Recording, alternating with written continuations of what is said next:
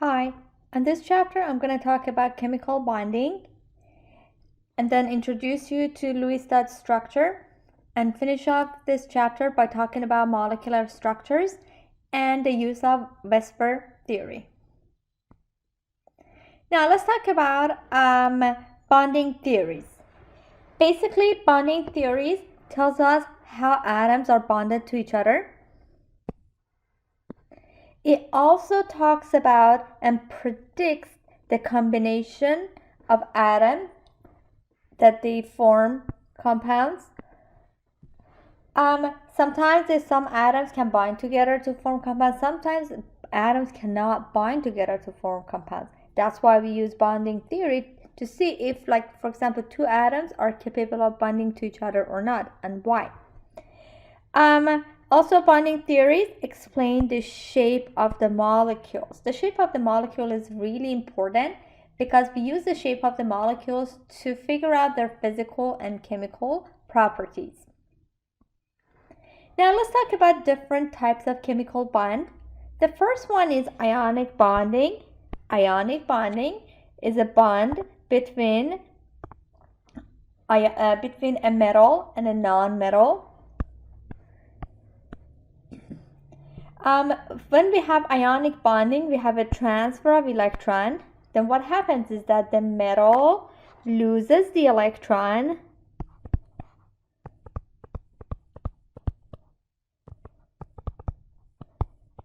and non-metal gains the electron that the metal lost.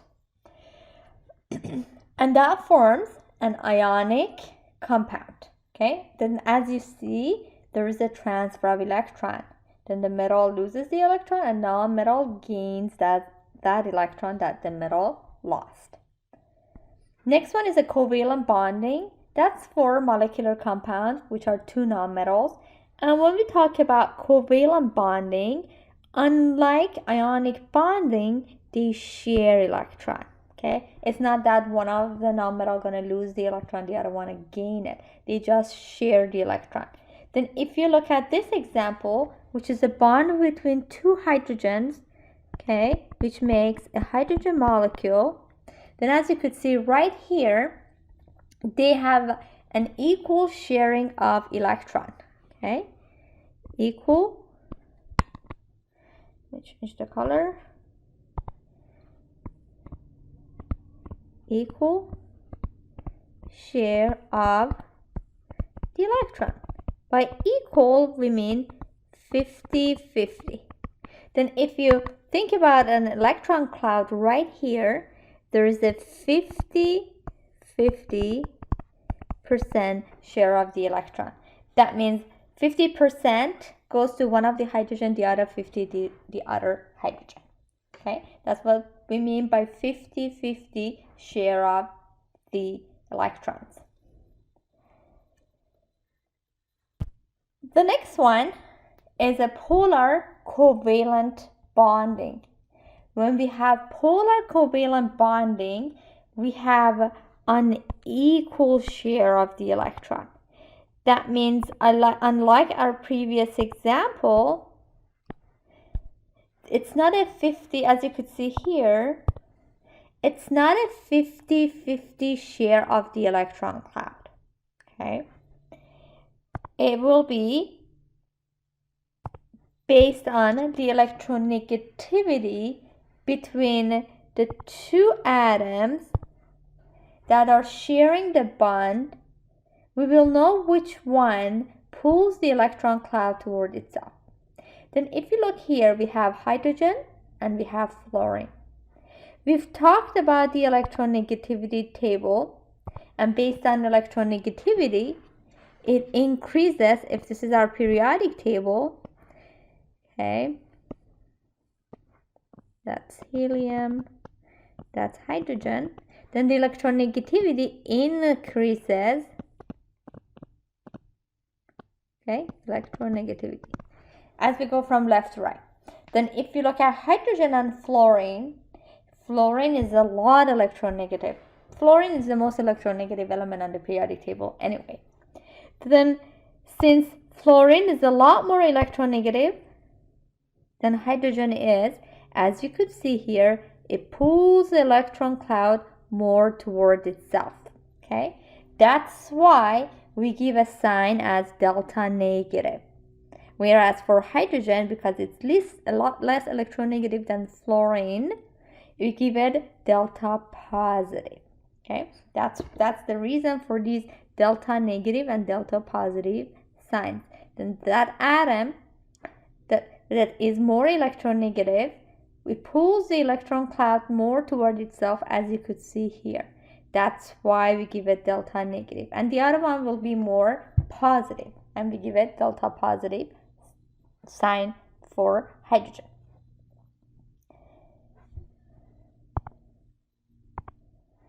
Now, this table shows the electronegativity.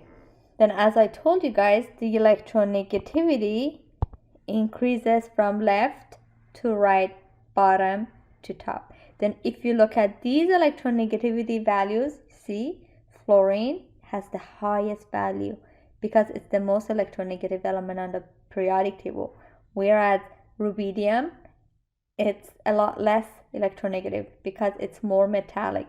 And as we go down the group, the metallic characteristics increases, and therefore the electronegativity decreases. Okay, that's the reason for it. You don't need to memorize any of these numbers. That numbers will all be provided to you. All it is, just understand the trend for electronegativity, which increases from left to right, bottom to top. And when we have two atoms of unequal sharing of the electron, the one that's more electronegative will pulls the electron cloud more toward itself, and the one that's less electronegative will become delta positive. This table, it talks about the electronegativity values. Okay, then if the difference between the electronegativity of two atoms sharing a bond, okay, for example, chlorine and chlorine, then if I let me change my to pen. Then based on the previous table, okay, the electronegativity, that's for chlorine and chlorine, okay. Then for chlorine is 3.0. Then the difference between these two numbers, what is it? It's 0, okay, because 3 minus 3 is 0. That's why if the difference in the electronegativity of two atoms sharing a bond, it's between 0 to 0.4, we call that bond a pure covalent bond. Okay, that's what it's called. It's called a pure covalent bond. And by that bond, this is the bond I'm talking about, the bond that connects the two atoms. Okay, now the next one is intermediate. That means if the difference between the electronegativity of the two atoms that's sharing a bond is between 0.4 to 2.0, we call it a polar covalent bond. Now let's consider hydrogen. Okay, hold on. Let's consider this example. Hydrofluoric acid. Then as you can see here, that's hydrogen, that's fluorine. Based on the previous the table on the previous page, the electronegativity for hydrogen is 2.1, for fluorine is 4. Therefore, 4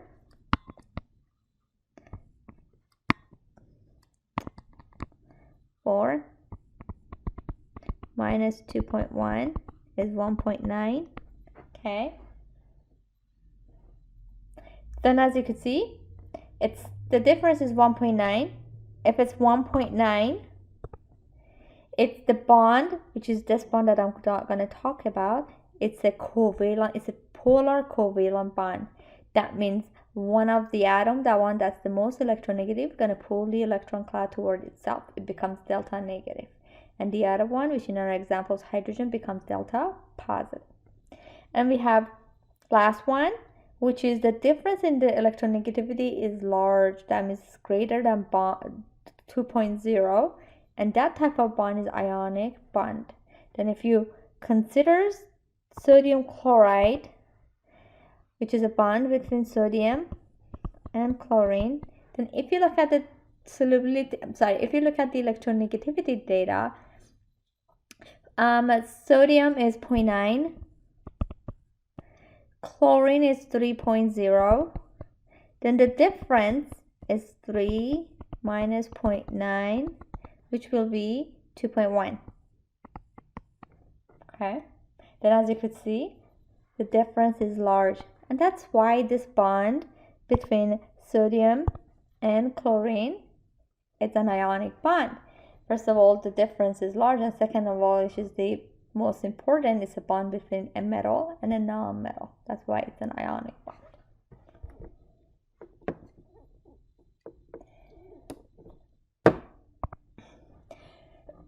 This slide basically talks about exactly that I have been talking about. Then when we have a pure or non-polar covalent bond, that's when we have a 50-50 share of the electron. That's when the difference in electronegativity is where it's too small. It's between 0 to 0.4, as you could see here. If it is between 0.4 to 2, the difference is medium. That bond is called polar covalent bond, like the example hydrofluoric acid that we talked about. Fluorine was a lot more electronegative. It will pull the electron cloud toward itself. It becomes delta negative, and hydrogen will become delta positive. And the last one is when the difference between electronegativity of the two atoms sharing the same bond is large. It's greater than 2.0. That's an ionic bond. And when we have ionic bond, it's we have a transfer of electron, and it's a bond between a metal and a non-metal. The metal loses the electron, becomes delta positive. The non-metal gains the electron, becomes delta negative. And why is that's what that positive and that negative is for. That's for non-metal that gained the electron, and that positive is for the metal that lost the electron.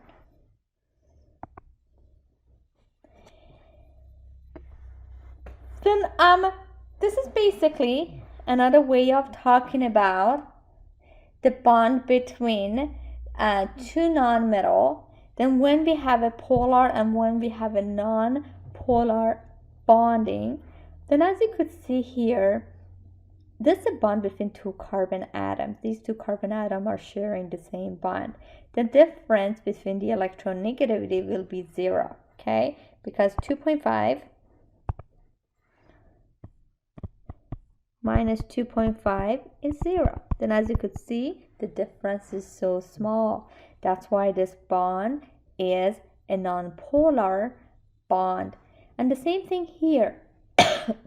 Between carbon and hydrogen, if you look at the difference between the electronegativity for carbon and hydrogen is 0.4.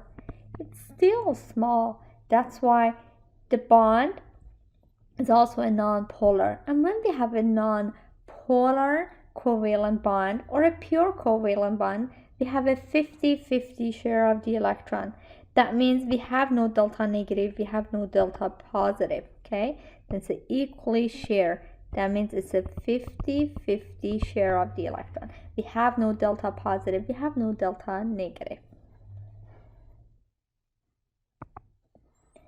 However, when we have a polar covalent bond, that means we do not have a 50-50 share of the electron, which means the difference it's between the electronegativity of the two atoms sharing the same bond is between 0.4 to 2.0. That's why we have a polar covalent bond, or in another word, we have a dipole. And what do I mean by a dipole? If you look at the electronegativity for carbon, the value for carbon is 2.5, and for oxygen is 3.5. Okay, then if there is a difference, 3.5 minus 2.5, the difference is 1.0. Okay, that means there is a dipole, there is a value. That means the difference between the electronegativity is not 0. And also it means we do not have a 50-50 share of the electron. And the element that's more electronegative gonna pull the electron cloud toward itself. Then if you look at the location of carbon and oxygen on the periodic table, you will see oxygen is a lot more electronegative. It's on the right side of the periodic table, whereas carbon is less electronegative in comparison to the oxygen. Okay, and what happens is that oxygen gonna pull the electron cloud more toward itself. That's why it becomes delta negative, and carbon becomes delta positive, and there is a dipole. And that dipole, which is that number, which is 1.0, it always go from delta positive, or the element that's more positive, delta positive, to the element that's more electronegative, or delta negative. And that, if you see it on that arrow, that dipole has a little vertical line on it. Okay, that's how we do a dipole. You show it in the term of the arrow with that little teeny vertical line, and that dipole always go from delta positive to delta negative, as you could see in this picture. Then if I was going to do the electron cloud, it's going to be something like this. Okay, something like that. Okay, and it shows an unequal share of the electron between carbon and oxygen.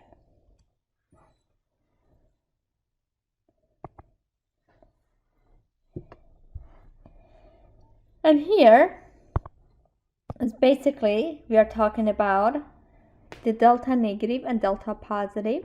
Then since oxygen is more electronegative, it's delta negative. And carbon, since it's more electropositive, it will be delta positive. And the dipole always go from delta positive to delta negative. And the species that's more delta negative, that means it pulls the electron cloud more toward itself. Again, let's do it one more time. That's kind of, if we want to do the electron cloud. I'm not a really good artist, but kind of like that. Okay.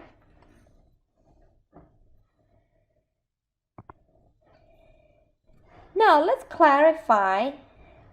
Up to now, I talked about polarity and non-polarity within the bond. Okay. Then for that, you're gonna look at the two atoms, look at the value between two electronegativity of those two atoms sharing the same bond, and you will know if that bond is polar or non-polar. And that applies to molecular compounds, which is a bond between two nonmetal. Then what happens when we want to figure out if the molecule as a whole is either a polar or a non-polar molecule? And in order to classify that compound as either a polar or non-polar, we have to look at these two criteria. The first one is we have to look at the polarity of the individual bonds. And the second one is the overall shape of the molecule. Then these two criteria help us to find out if our molecule as a whole is either a polar or a non-polar compound. Now, when we have a non-polar molecule, what it is, they do not contain a polar bond. Okay? Also, individual bond dipoles that cancel out. Then what do I mean by it? Let's change it. Okay, now let's look at a non-polar. For example, let's look at this. Okay, sorry. Carbon, hydrogen, and hydrogens.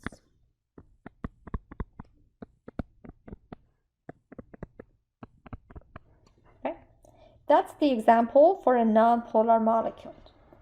Then for you to know if a compound as a whole is a polar or non-polar, always look at the central atom. Okay? Then if your central atom, here carbon is central atom because it's at the center. Okay? Okay. Then if the central atom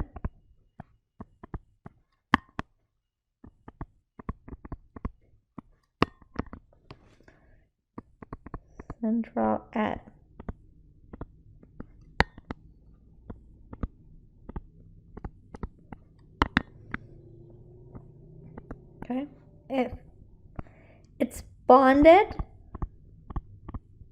to identical atoms,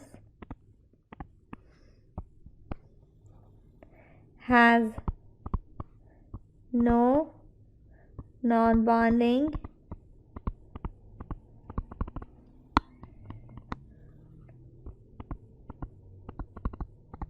electron,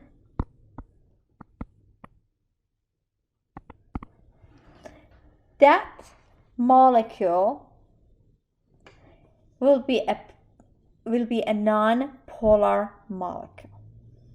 Okay, then these are the criteria for non-polar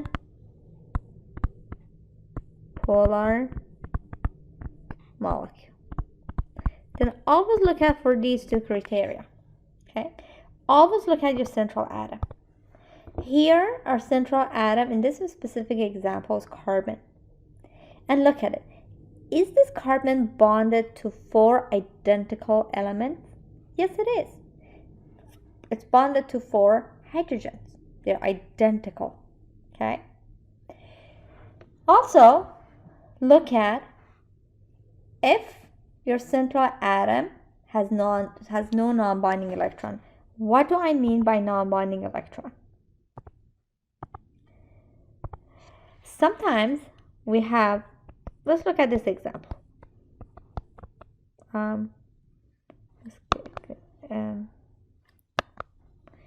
Y, Z, and B. Okay. Then this, for example, this is the example that we are looking at. You see those 2 dots right here? We call those non-bonding electrons.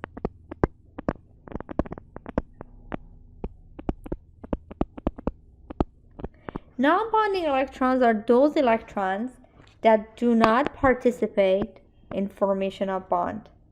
Okay, non-bonding electrons. There's another name for it, which we call it lone pair. These type of electrons, they do not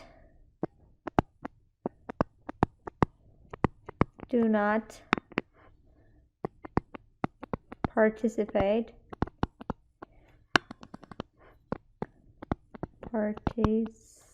sorry about this pen, participate in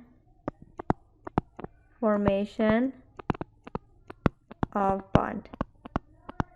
Okay, that's what I mean by non-bonding electron. That means these electrons do not participate in the formation of bond, which we call them non-bonding or lone pair electrons. Therefore, for you to know if a compound is polar or non-polar, then what you want to look at, you want to always look at your central atom. Okay, and if that central atom follows both of these 2 criteria, that compound will become non-polar. If not, it will become polar. Okay, then one more time, the 2 criteria, one of them is that central atom, okay, which are in our examples carbon, it's bonded to identical atoms, bonded to 4 hydrogen. That meets the first criteria. And the second one, look at the central atom, and it should not have any non-bonding electron. Then as you could see, there is no non-bonding electron on that carbon. Therefore, since this compound meets these 2 criteria, therefore it's a non-polar molecule. Okay, and as I said, if either one or both of these criteria fails, that molecule becomes polar molecule. Now let's look at these examples. These are the examples that given, and for us we will know if it's polar or non-polar. Look at the first example and look at your central atom. This is the central atom. You want to know if the central atom meets the two criteria that we talked about on previous page. The first one is that central atom, which is carbon, bonded to identical atoms. Is that bonded to identical atoms? No, it bonds to 2 hydrogen, but then to 1 oxygen.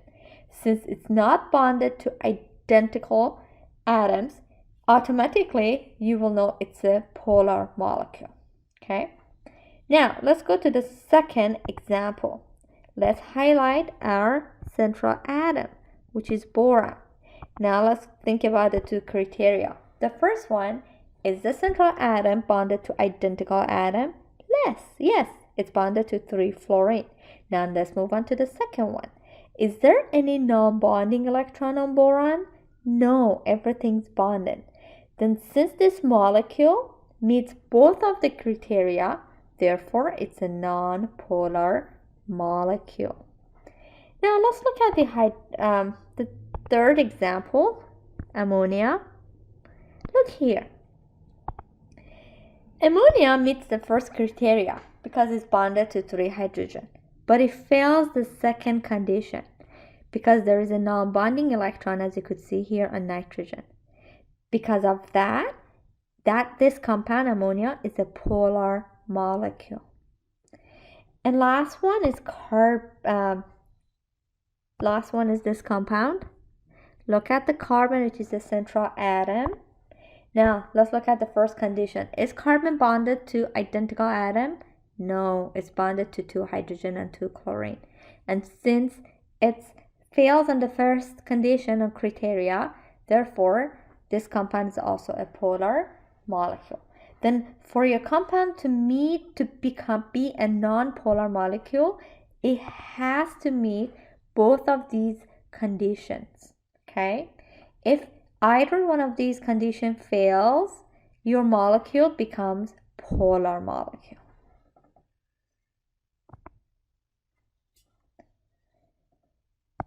Now let's talk about stable charges on the ions.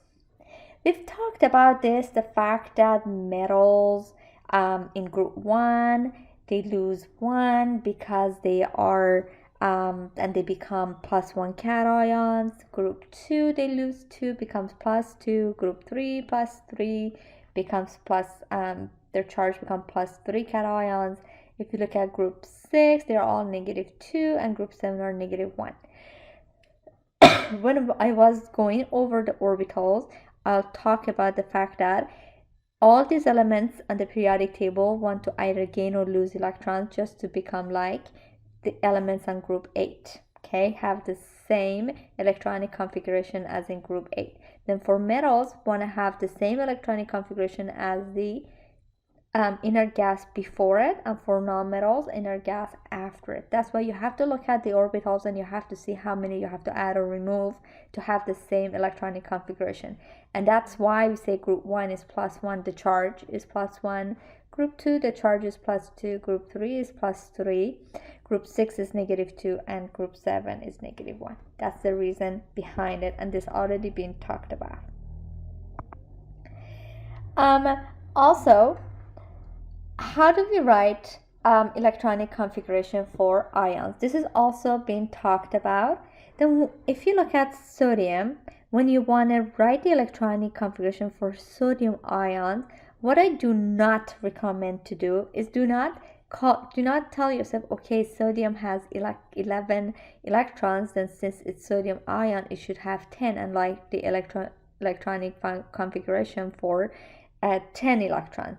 It works for major group metals and non-metals, but when we get to transition metals and lanthanides and actinides series, it fails. Okay, then my recommendation on writing electronic configuration for ion is that write the electronic configuration for the neutral charge atom, whether it's a metal or a non-metal, as is been done here. Now, since sodium gonna lose 1 electron, we're going to remove one electron from the valence shell. Remember, valence shell is the shell with the highest principal energy level, and here it's 3 for sodium, because if I write the electronic configuration for sodium atom itself, which has the 11 electron, it's 1s2, 2s2, 2p6, and 3s1. You see that? Then as you could see here, this is the valence shell, because it's the shell with the highest principal energy level, 3, between 1, 2, and 3, 3. Okay, and that's the electron that's on it. That's a valence electron. Then sodium has 1 valence electron. Then when we want to write it for sodium ion, we're going to remove that one. Okay, and then that's been done in here. And the same thing with magnesium, aluminum, oxygen, and fluorine. Then for these ones, for oxygen and fluorine, you're going to add electron to your valence shell. And as you could see at the end, as you can see, the electronic configuration for all these ions has the same exact electronic configuration as the inert gas. Then for metals, we always write it. For metals, they always want to have the same electron configuration as the inert gas before that. And for non-metals, they want to have the same electronic configuration as inert gas after that. And also one more time, when you are writing the electronic configuration for ions, add or remove electron to the valence shell. Okay, that's the safest way and that's the best way to do it.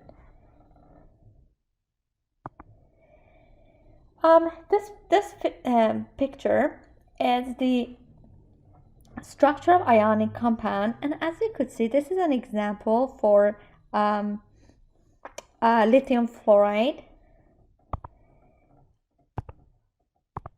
Okay, lithium fluoride. It's an ionic compound. It's, as you could see, between a metal and a non-metal. And look here, ionic compound, they have a closed packed structure, and everything is uniform and everything repeats itself throughout the structure. That's why that's one of the characteristics of having an ionic bond. Everything repeats itself. Everything is so organized and closely packed. This is one of the characteristics of ionic compounds. Their structure is so unique, so uniform, and everything repeats itself. Now let's talk about the relative size of the cations and the anions in comparison to their parent atom.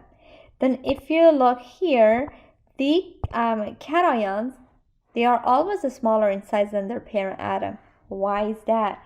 Because metals lose electron, and it is the electron that is in charge of the size. Since metal lose electrons, the size of the cation is smaller than their parent atom. And as you could see in all these examples, which are, they are all metals, you see the relative size of the cations with their parent atom, you see it's smaller in size. Whereas for anions, they are completely opposite, because anions or non-metals, they gain electron. Okay, and again, it's the electron that is in charge of the size of the atom. Once you gain electron, that means the size of the anion in comparison to the parent atom, it's larger in size. Then if you look at fluorine and fluoride, fluoride is larger in size than fluorine. Same with chlorine and chloride, bromine and bromide, and etc. Then the relative sizes of the cation, since they lose, the metal lose electron, it's smaller. Whereas for anions, since the non-metal gains electron, is larger in size. Now let's talk about a definition, and that definition is called isoelectronic series. By isoelectronic series, we talk about atoms or ions that they have the exact same number of electrons. Then if you look at the number of electrons here, for oxygen is 6, but since it has gained 2, here is 8. Fluorine is 9, sorry, oxygen is 8, and since it has gained electron, it will become 10. Fluoride ion, fluorine is 9, then gain 1, it's 10. Number of electron for neon is 10. Sodium is 11, lost 1, it's 10. Same thing with magnesium and aluminum. These are all number of electron. As you could see, they have exactly the same number of electron. No matter if it's, as you could see, like fluoride is an ion, whereas neon is an atom, is a neutral charge atom in group 8. Now, what happens to this atomic radius for these isoelectronic atoms that are in the isoelectronic series? Then if you look here, for the size, the relative size of their atomic radius, look at the charge, okay? Then that ion with the highest charge, it has the largest atomic radius. Why? Because if it's more electronegative, or it has the highest negative charge, as you could see here, okay, that means it has gained more electron. When it gains more electron, that means it's larger in size, because it's the electrons that are in charge of the size. Okay, then if we were gonna put, for example, all these atoms or ions that are in isoelectronic series, if you put it in order, because they all have 18 electrons, then if you're gonna put it together, okay, then that ion that has the highest negative charge, it's largest in size, and the one which here is calcium, it's the smallest, its atomic radius is the smallest in size because it's the most positive. Then that's how it goes. It goes, the smallest is the one that's the most positive, and the largest is the one that's the most negative. That's how we rank isoelectronic series from largest to smallest atomic radius. Then you always have to look at the charge. Then the higher the nuclear charge, okay, will be the smaller the size. By nuclear charge means positive charge, okay? Since they have the same number of electrons, okay, then you always look at the charge. Then the higher the nuclear charge, the smaller the size of the atom or ion, okay? Then as you could see here, calcium ion has the highest nuclear charge, whereas sulfur ion has the smallest nuclear charge. It's more negative, another way of saying it.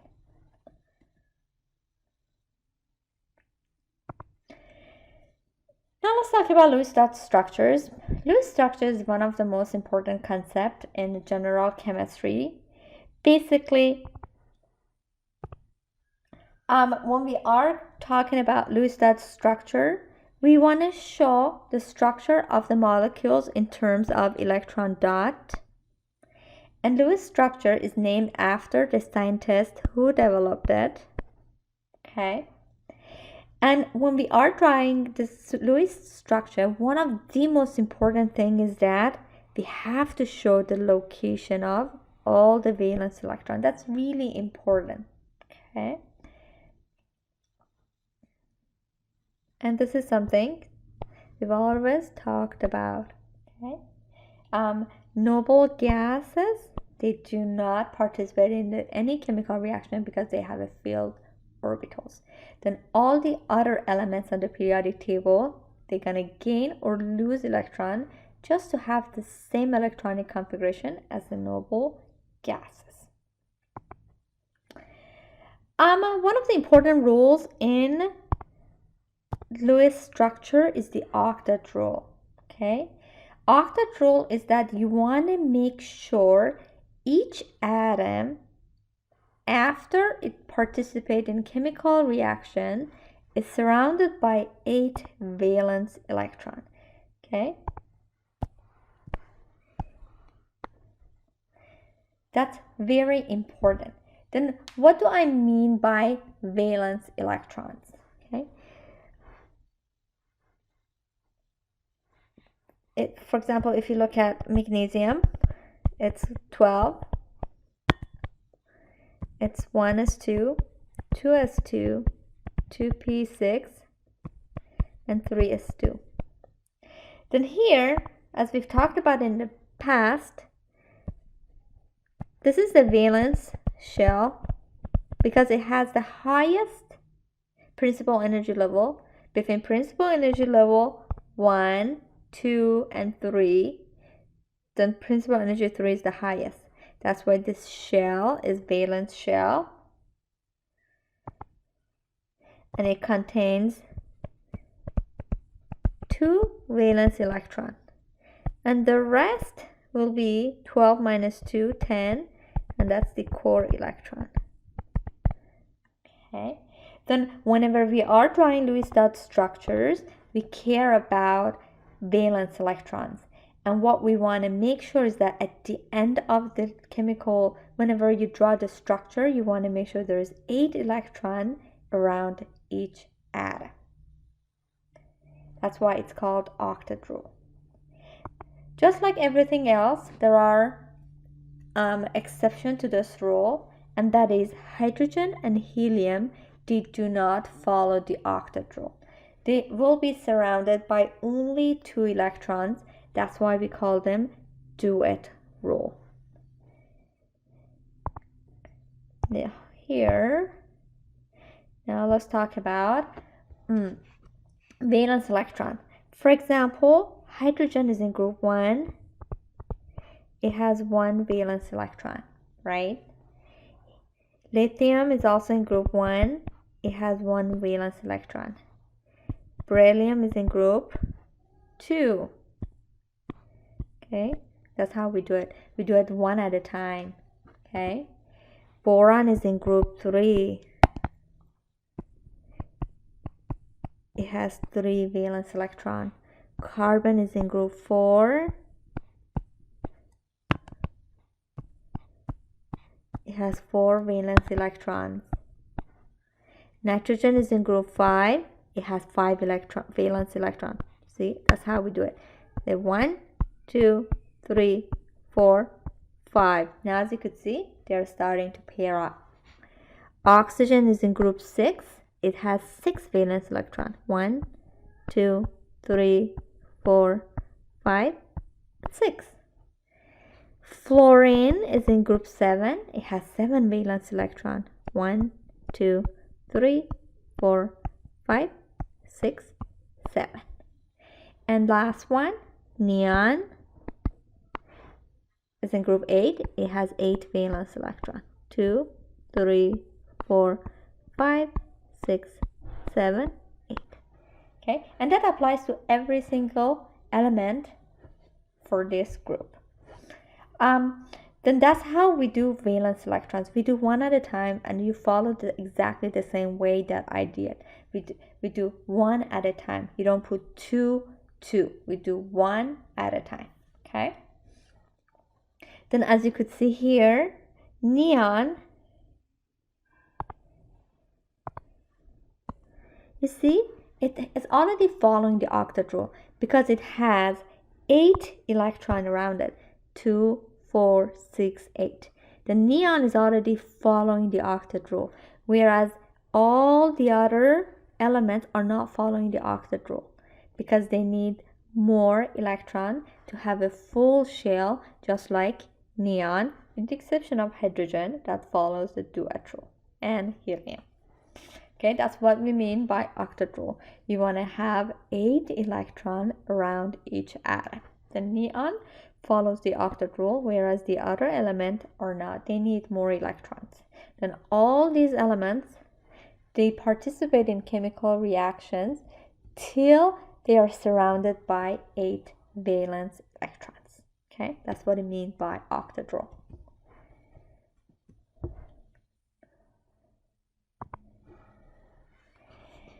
Now let's talk about skeleton structures. Okay, we have a central atom. Okay, central atom, it's still that atom is at the center and is bonded to 2 or more other atoms.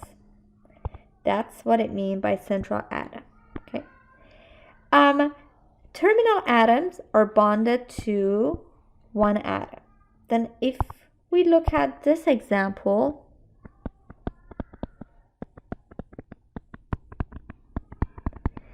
then as you can see here, carbon is at the center.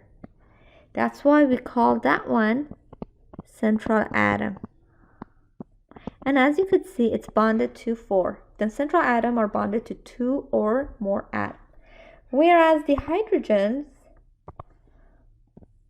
all these hydrogens are terminals.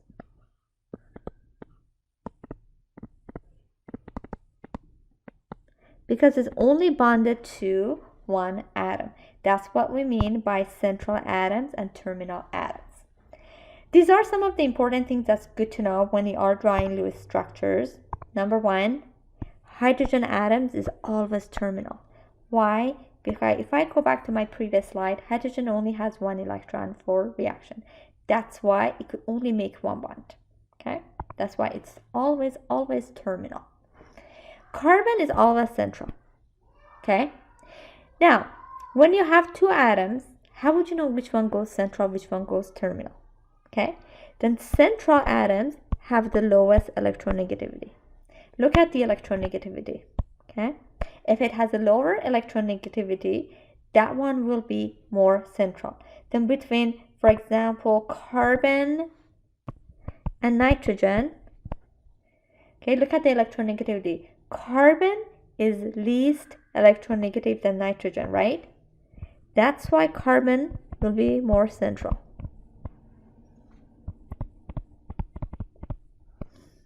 Okay? And then when you draw your Lewis dot structure, you want your structure to be more compact, more symmetrical.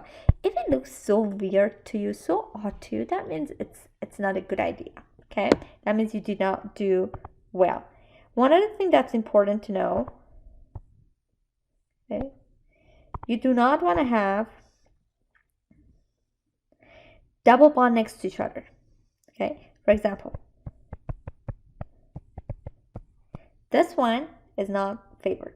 This is wrong. Then if you have 2 double bond next to each other, it's wrong. Unless you don't have a choice. Okay, then this is wrong. Then the correct one, you could have a single bond and a double bond and a triple bond actually. This is correct. Okay. Whereas the other one was wrong. With the exception of carbon dioxide. For carbon dioxide, there is no other way. Okay. This is the exception to the rule that you have 2 double bonds next to each other. Okay, that's the exception to the rule, that you have 2 double bonds next to each other. Okay, whereas usually if you have 2 double bonds next to each other, that's wrong. You prefer to have a single bond and a triple bond rather than 2 double bonds. And as I told you guys, carbon dioxide is the exception to the rule. Okay, there's no other way of putting those bonds.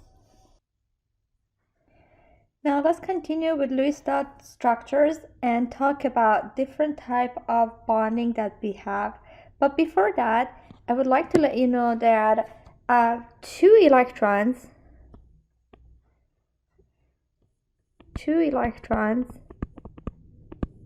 that means 1 from each atom. 1 from each atom make 1 bond. Okay, this is important that you guys know. Then 2 electrons, one come from each atom, makes one bond. All right.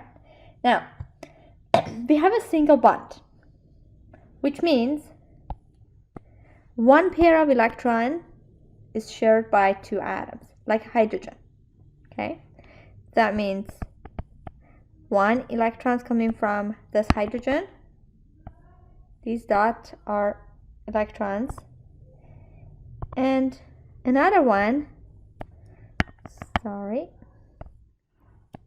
is coming from this hydrogen. Okay? And that's why we end up with one bond. Okay? And let me go green. And let's choose the color. Okay? This is one bond. It's called a single bond. Okay? Now, double bond. 2 pairs of electrons are shared by 2 atoms. Which means if we have oxygen, carbon, and oxygen, now we have 1, 2, 1, 2, 1, 2, 1, 2. Okay? Now that's why we have double bond. Now triple bond, 3 pairs of electrons are shared by 2 atoms. Which means now it's 1, 2, 3, 4, 5, 6. See that? That makes a triple bond. Okay? That's what we mean by double bond, single bond, and single bond, double bond, and triple bond. Okay? If one pair of electrons being shared by 2 atoms, it's a single bond. If 2 pairs of electrons being shared by 2 atoms, or double bond, and if 3 pairs of electrons are shared by 2 atoms, will be triple bond. Okay, so that's the difference between single, double, and triple. And as I told you guys in the previous slide, having 2 double bonds next to each other, it's not favored. Okay, we don't want to have that. Okay, we don't want to have that. Okay, that's not good. Whereas having a single one and a triple bond is better. Okay, just for special circumstances like carbon dioxide, usually when we have 2 double bonds next to each other, it's very unstable because atoms are so close to each other, make them so close, and makes it very unstable. Okay, that's why usually a single bond and a triple bond is more favored than 2 double bonds next to each other. Okay. And in terms of stability of single, double, and triple bonds, single bonds are so far from each other. It's the most stable of the bonds. And then double bond and then triple bond. Okay?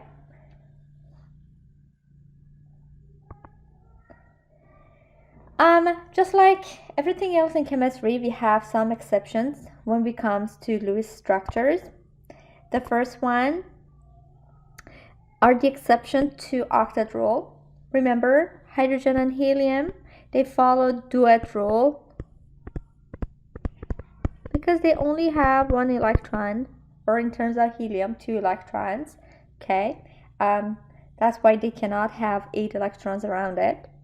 Also, elements in group 3, okay, they do not have enough valence electron to form octet rule.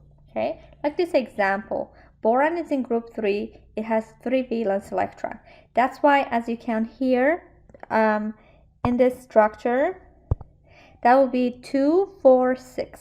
Okay, then elements in group 3 do not follow the octet rule. The maximum number of electrons that they could have after the reaction is 6. Okay. Also, molecules with odd number of electrons, okay, they cannot also follow the octet rule. Okay, what do I mean by that? If you add this up, the valence electron for nitrous monoxide, okay, the total number of valence electron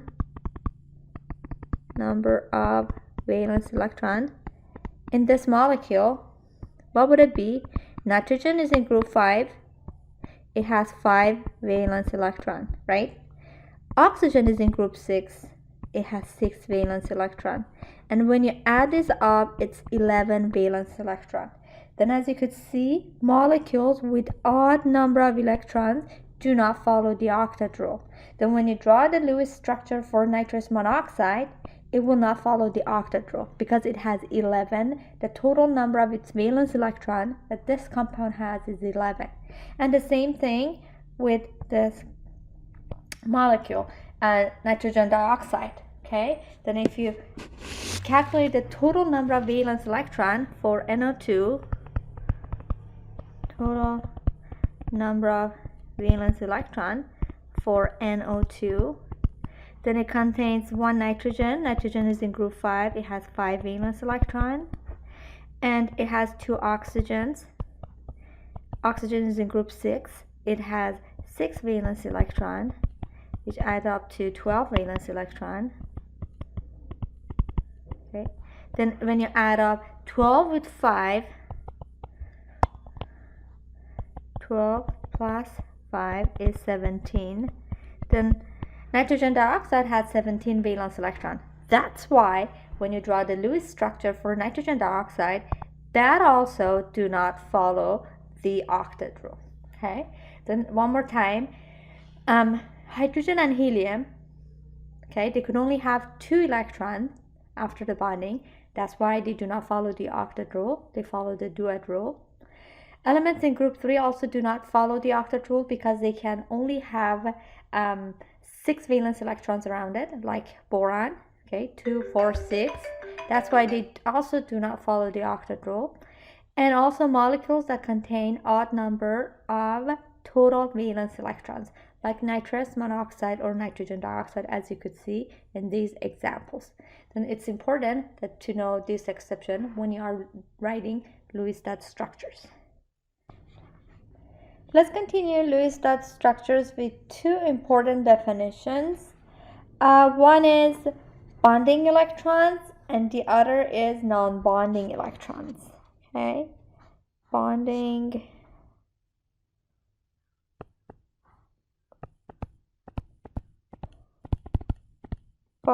electrons means those electrons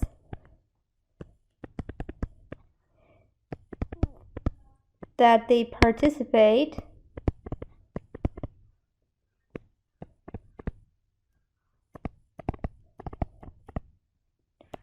in formation of bond.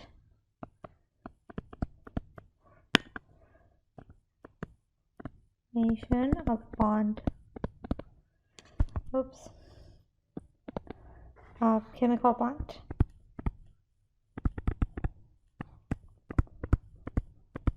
As discussed in previous slide, then always 2 electrons, 1 from each atom, make a bond.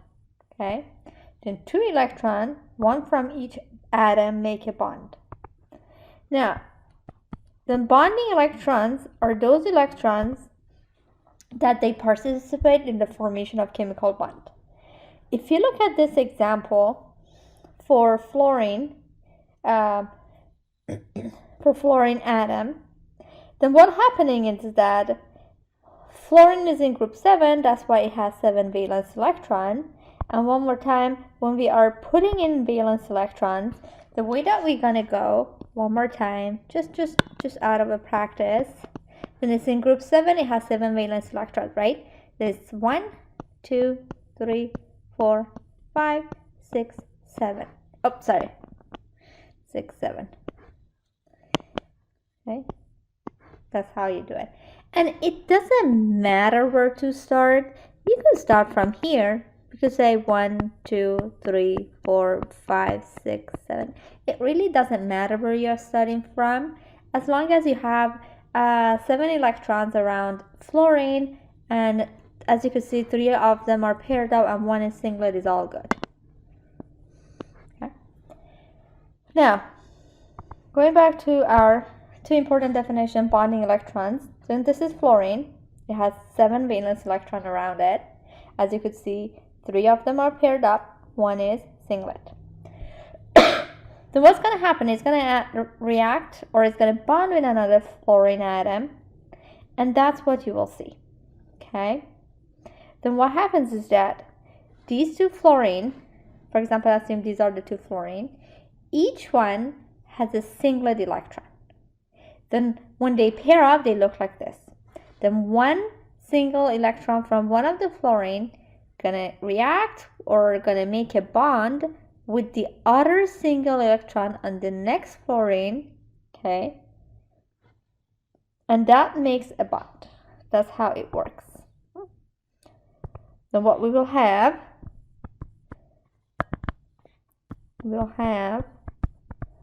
okay, these electrons. You also, it is very important that you put those other electrons that did not participate in the formation of bond. Okay. Now, then if you look here, let's change color again. Okay. We had these type of electrons. Then these electrons, they participate in the formation of bond. It's that. Okay. Then these electrons are called bonding electrons. Okay, just put it here. Bonding electrons. Okay, which is this one. Okay, which is this one. And these electrons, they are bonding electrons because they participate in the formation of bond.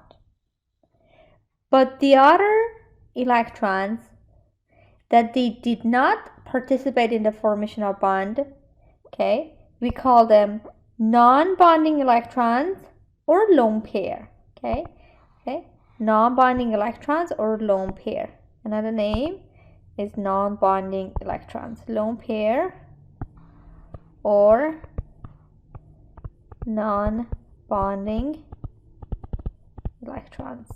Okay, then that's the two difference between a bonding and non-bonding. And all these, let me choose a different color. Let's go with this color. Okay, then all of these electrons, okay, you see here, you see they did not participate in the formation of any bond. Okay,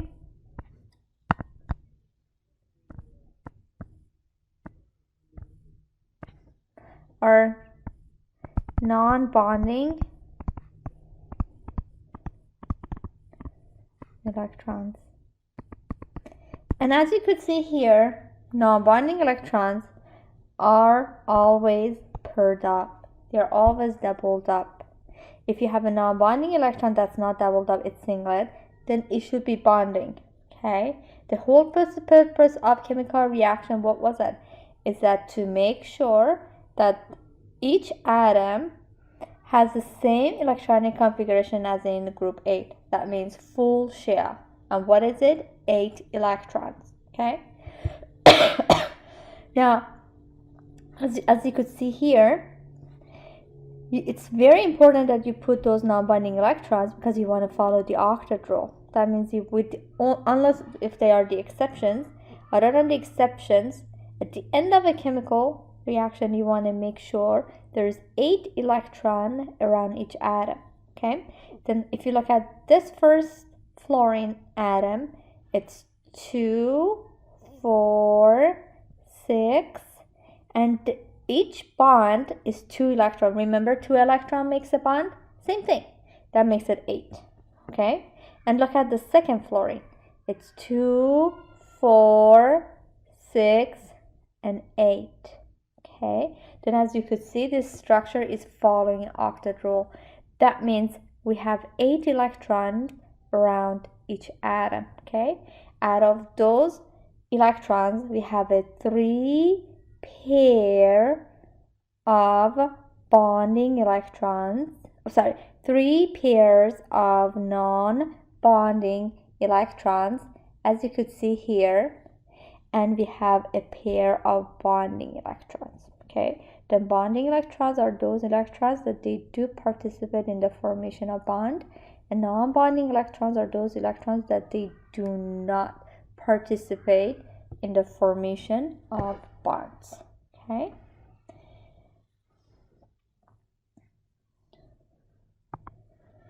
These are some examples for some Lewis-Dot structures. For example, methane. This is the Lewis-Dot structure for it, and that's the model. The same thing with ammonia. Okay, then as you could see in ammonia, it has one lone pair or non-bonding electrons. Okay, it has one lone pair or one pair of non-bonding electrons and 3 pair of bonding electrons. Okay, whereas for water, as you could see, it has a 2 pair of bonding electrons and 2 pair of non-bonding or lone pair electrons. And as for the methane, as you could see, everything it has is bonding. It has no lone pair electron, whereas it has 1, 2, 3, 4 pair of bonding electrons. Then that's the difference between bonding and non-bonding electrons or lone pair electrons. Bonding electron, as you could see here, they participate in the formation of bond, and 2 electron makes 1 bond, whereas non-bonding or lone pair electrons, as you could see in ammonia and in water, they do not participate in the formation of bond. And lone pairs or non-bonding electrons always have to be paired up. If it's not paired up, that means you're making a mistake somewhere or you are missing a bond. Now, how do we draw Lewis-Dot structures? Let's do the example, hydrogen peroxide. Okay, what we're gonna do here, we're gonna draw a Lewis-Dot structure for hydrogen peroxide. Okay, then I'm gonna go through the steps in order to be able to draw Lewis-Dot structures. Okay, then the first step is to write down the sum of the valence electron for all the atoms in that molecules. Okay, then hydrogen peroxide has, as you can see, it has 2 hydrogen.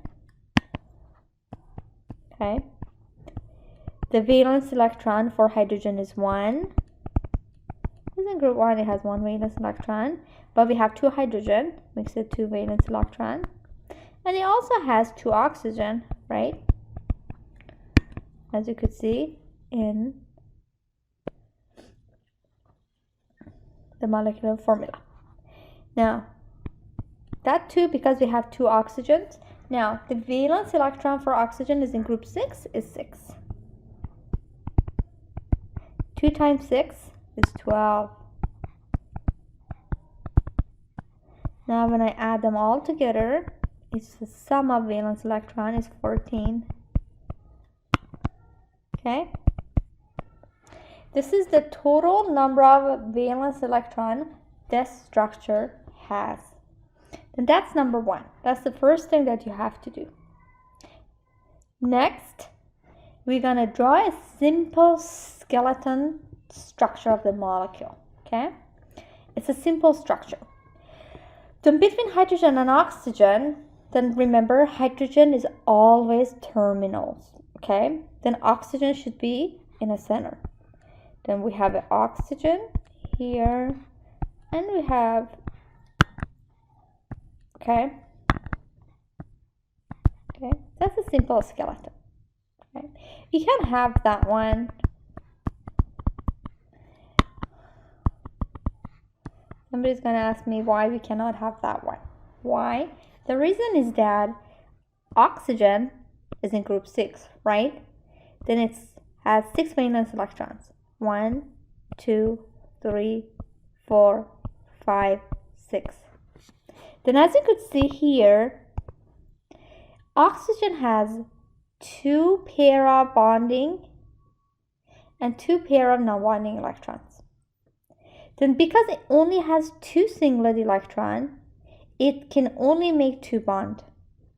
Okay, it cannot make 3 bonds because already these 2 electrons are paired up. It doesn't need to be paired up anymore, and you cannot remove or break electrons. Okay, Then since it has only 2 singlet electrons, okay, that's why it can only make 2 bonds, and it cannot make 3 bonds like this example, okay? Then it has to be able to make 2 bonds. Even 1 bond is not good, okay? What's gonna happen to the other electron, okay? You cannot just add an electron, okay? Because for every electron that you decide to add, you have to add a negative charge. But this molecule is neutral, okay? Then because of these 2 reasons, this structure is not possible, okay? Then this is the only simplest skeleton structure for hydrogen peroxide, okay? Yeah. Let me put the simple skeleton structure here because I'm going to answer some of the question on step 3 from this line, from the simple structure skeleton. All right, now what we're going to do here, we're going to find out how many electrons we started with. Okay, then if I go back, I started with this many valence electrons, right, in step 1, with 14 valence electrons. Okay, then started with 14 valence electrons, step 1. Okay, that's how we calculate it. Now, how many did we use?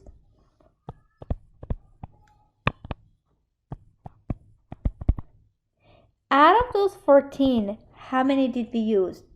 We used 2, 4, 6. We used 6 of those 14 electrons that we calculated in step 1. Okay, then it's each bond, okay, consists of 2 electrons. Don't forget that. Each bond, let me change my color. Each bond is 2 electrons, okay? Each bond is 2 electrons. That's why we used 2, 4, and 6 electrons, okay? That's the number of electrons that we used. We used 6 electrons, right? Now, when you subtract these 2 numbers, whatever number that you get, it will be the leftover electrons, okay? We subtract the 2 numbers. Then it's going to be 8. Okay? Then it's this many leftover.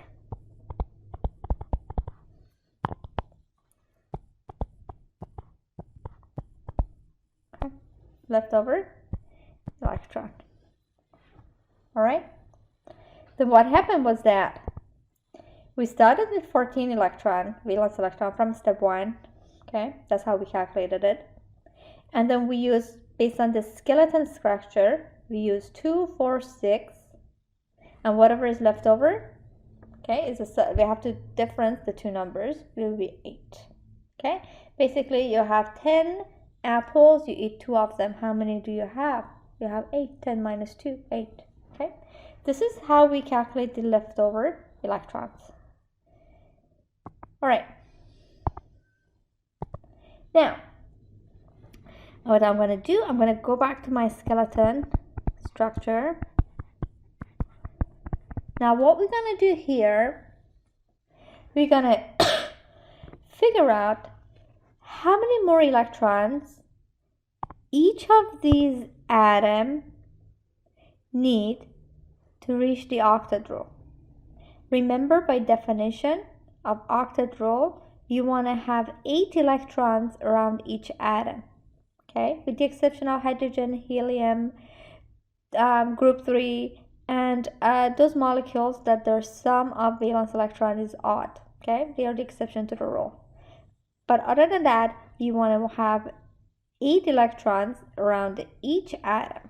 Okay, then hydrogens are exception. They follow the duet rule and they already have the 2 electrons. Let's write it down. Then we have 2 hydrogen, and they don't need any more electrons to reach the octet rule because they're not following the octet rule. They're following duet rule. Okay. Now let's for oxygens. I'm gonna name one O1, name another one O2. Okay. O1. How many does it need to reach the octet rule? Then octet rule is 8 electron. Okay, octa. Remember octa? Alright, look at O1. Okay. How many of them are bonded? 2. Remember, each bond is made of 2 electrons. It's 2 and 2. 2 plus 2 is 4. Okay. Now, octet rule is 8. Then 8 minus 4 is 4. Okay, that's how the 4 came from. Now for O2, we have 2 and 2, which is 4. 2 plus 2 is 4. 8 minus 4 is 4, right? Why 8? Because octet rule is 8 electron. That's the rule, right?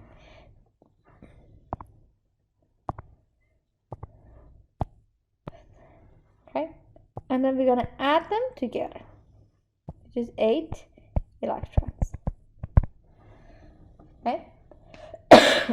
Then this structure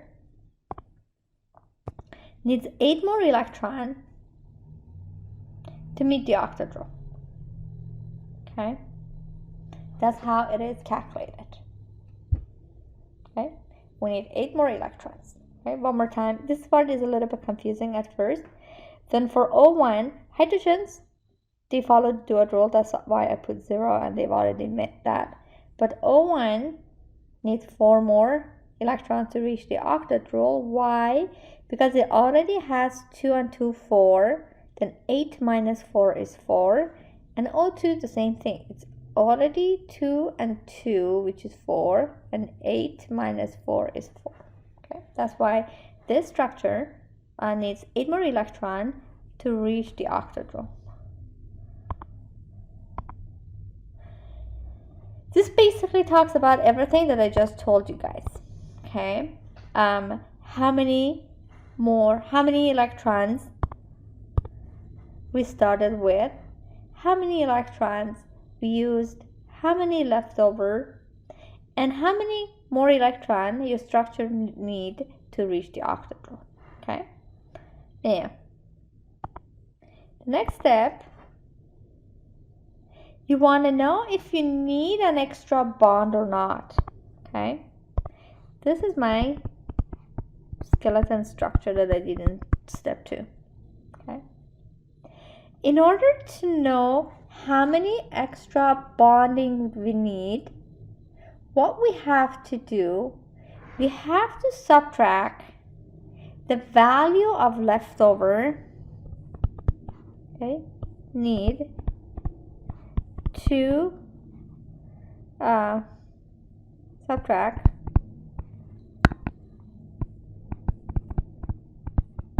or need to calculate the difference. Need to calculate the difference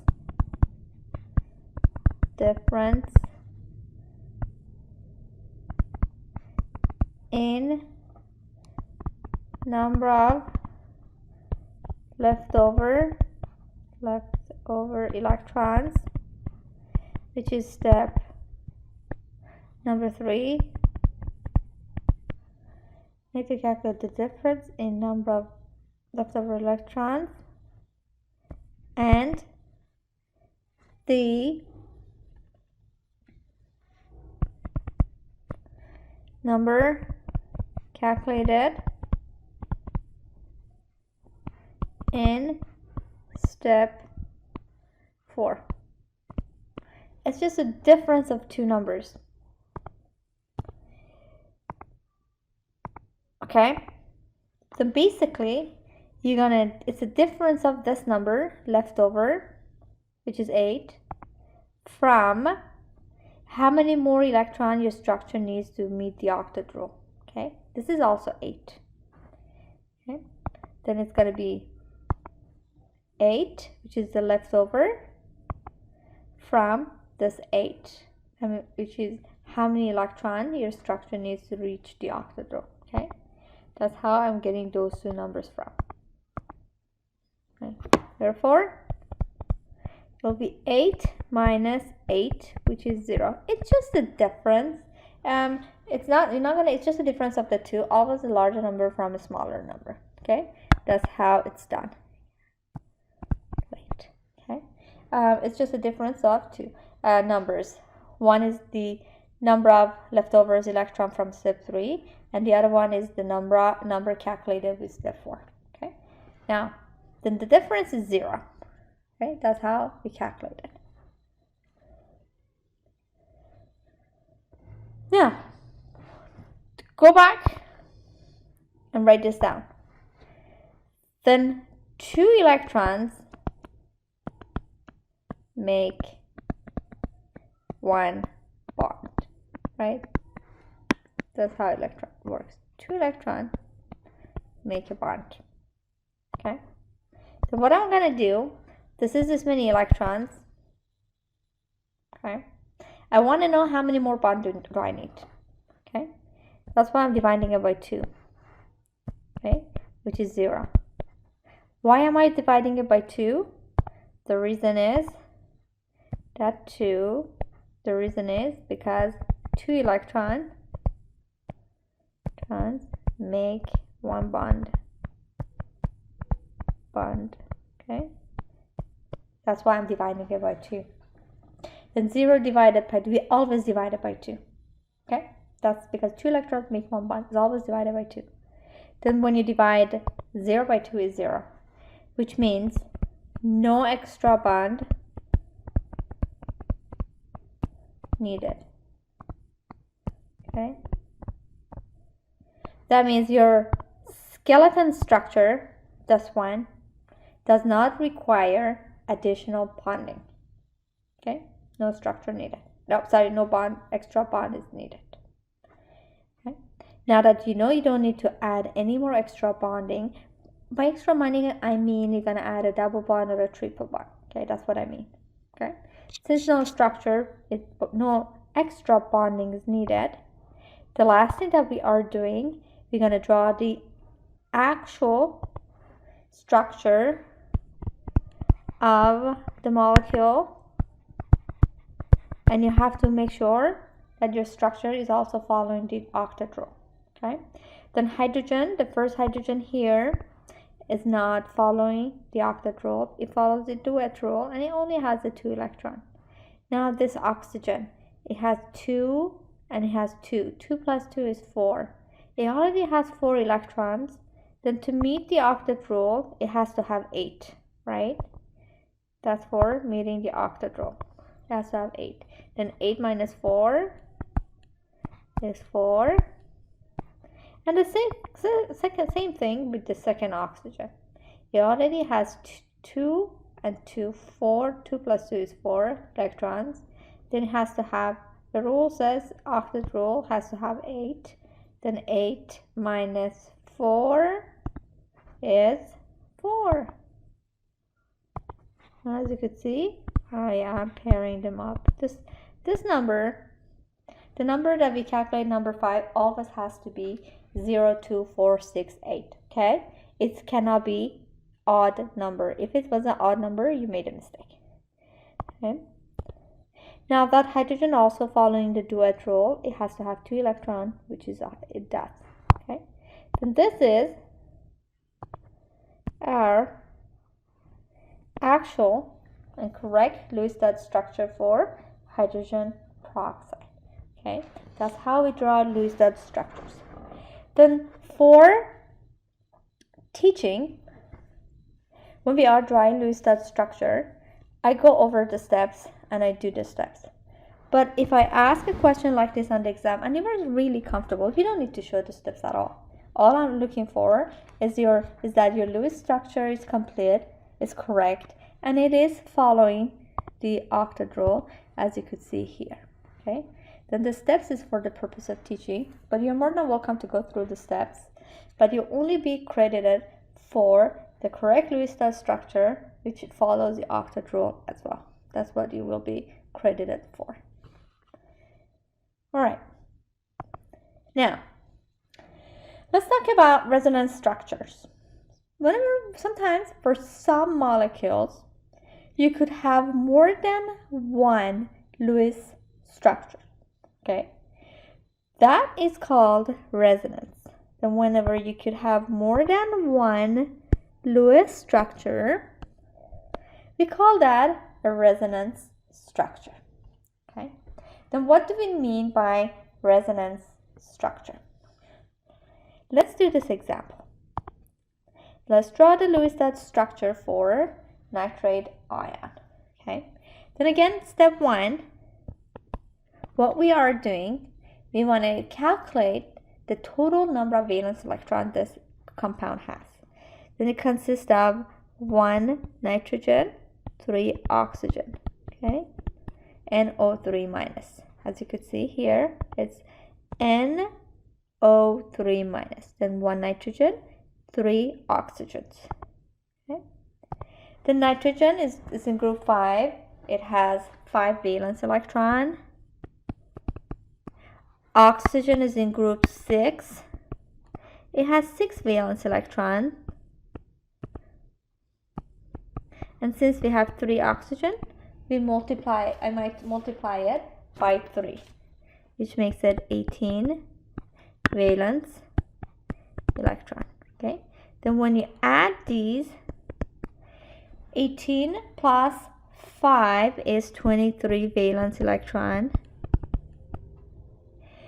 But then look here, we have a negative sign because I have one negative that also contributes to the total number of valence electrons this ion has. Okay, then what I'm going to do here, because of that only one negative charge, I'm going to add one more electron, which is plus 1 electron, okay, which adds up to 24 valence electron. That's where this one is coming from. This one that you see here, it's coming from that negative charge. If it would have been positive, I will subtract 1, okay, but since it's a negative, I'll add 1 electron. This is how that 1 electron is coming from. Don't forget that. It's important that you put that 1 because this is a ion, okay? It's an ion. Now for step 2, remember when we are doing step 2, we're gonna do a simple skeleton structure of the molecule, or here is ion, okay? Then between nitrogen and oxygen, if you look at the periodic table, okay, nitrogen is to the left of oxygen. That means nitrogen is less electronegative. Then remember we talked about when we have 2 atoms, which one is going to be at the center is the one that's less electronegative. And between nitrogen and oxygen, nitrogen is less electronegative. That's why nitrogen goes in the center and all the oxygens go around it. Okay? And since it's a negative, I'm going to put it in bracket and I'm going to put a negative sign. Okay?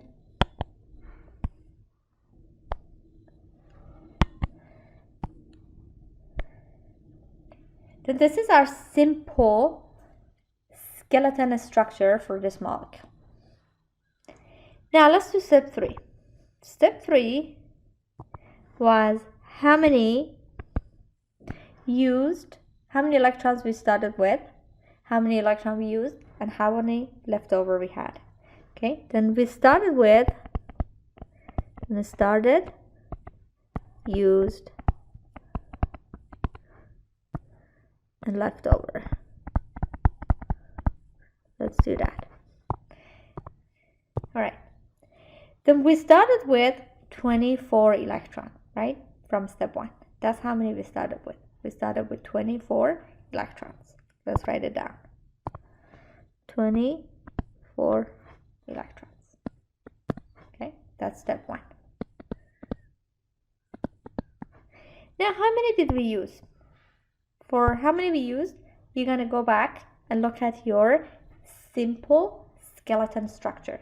We use one bond consists of 2 electrons. Then we use 2, 4, 6. Okay, we made 3 bonds, which means we use 6 of those 24 electrons. That's 2, 4, 6. We're now gonna add the negative charge to it. Okay, that's what we did that when we were counting the total number. Okay, this is totally different. All I'm trying to figure out is how many of those 24 electrons I used. I used 2, 4, 6.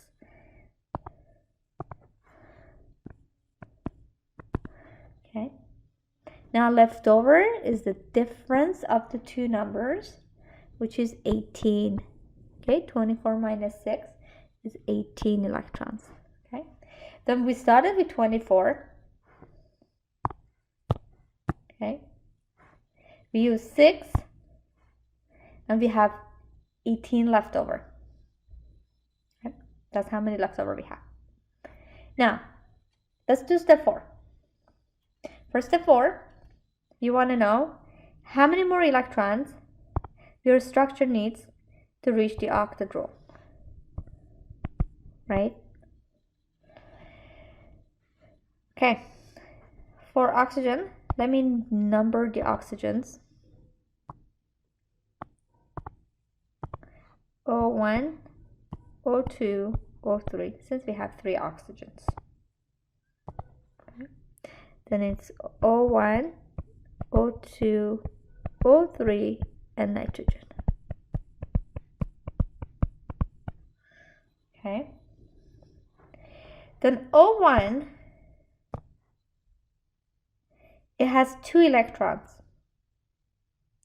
How many more does it need to reach the octadrole? Octadrole is 8.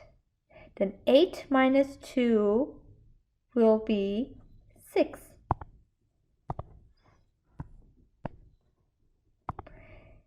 O2, it has 2, 1 bond. Remember, 1 bond, it's made of 2 electrons. It has 2 around it. How many more does it need? Again, to reach the octadrole, again, octadrole is 8. 8 minus 2 is 6. And O3, it has 2. To reach the octadrole, which is 8, is 8 minus 2, which is again 6. Okay. Now what about nitrogen? Nitrogen has 2, 4, 6. Okay, that's how many it has. 2, 4, 6, because it has 3 bonds around it, which is 6 electrons. Octadrole is 8. Then 8 minus 6 is 2. Okay. Now when we add this all up, it will be 20. Then this structure, this simple skeleton structure, needs 20 more electrons to reach the octadrole. Okay, that's what it needs. It needs 20 more electrons to reach the octadrole. Now step 5, what color do I go? I go black. It's if the structure needs extra bonding or not. And to do that, it's a difference of leftover from number 4. Okay, is a difference of 18 and 20. It's just a difference between the two numbers. That's all it is. It's 20 minus 18, which is 2 electron. Okay, and I divide that by 2. Why did I divide it by 2?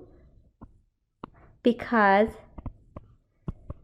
two electrons make one bond. Two electrons make one bond. Okay, two electrons makes one bond.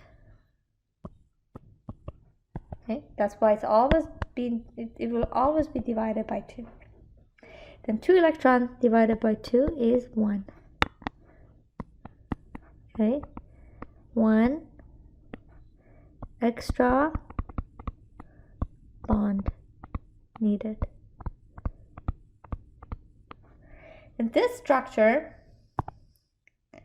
there's a skeleton structure from step 2. It needs 1 extra bond. And you could put it anywhere that you want. You could put it either here or here or here. It doesn't matter where you put it. Okay? It absolutely does not matter. Then where I'm going to put it, I'm going to put it here. Okay?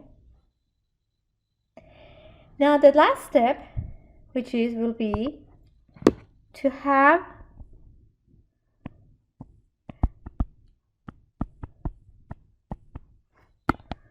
your complete Lewis dot structure, and you have to make sure that your Lewis structure is meeting the octet rule. Now let's look at the oxygen. This oxygen, how many electrons is around it? It's 2 and 2, which is 4, right? 2 and 2, which is 4. Octet rule is 8. 8 minus 4 is 4. Okay, this is 4. Okay, now look at nitrogen. It's 2, 4, 6, 8. It's okay. It doesn't need any more. Octet rule is 8. You don't need to put any more electrons. What about this oxygen? It has 2 here from the bond. Then octet rule is 8. Then 8 minus 2 is 6, which means it needs 6 more. Then it's 2, 4, and 6. Now let's look at the last oxygen. Again, it has 2. 1 bond contribute to 2 electrons. Octet rule is 8. 8 minus 2 is 6. 2, 4, and 6. Okay, and we could double check it one more time to make sure we did everything correctly. Around this oxygen is 2, 4, 6, 8 electrons. Around that nitrogen is 2, 4, 6, 8. Around this oxygen is 2, 4, 6, 8. And around this oxygen is 2, 4, 6, 8. Okay, then this is the correct Lewis dot structure for nitrate ion. Now, go back to resonance. Okay, what's happening here? Remember I said you could put the that double bond anywhere on the structure. Okay, that double bond, if I go back to that previous, it could have gone here and it could have gone here. Okay, it could have gone anywhere.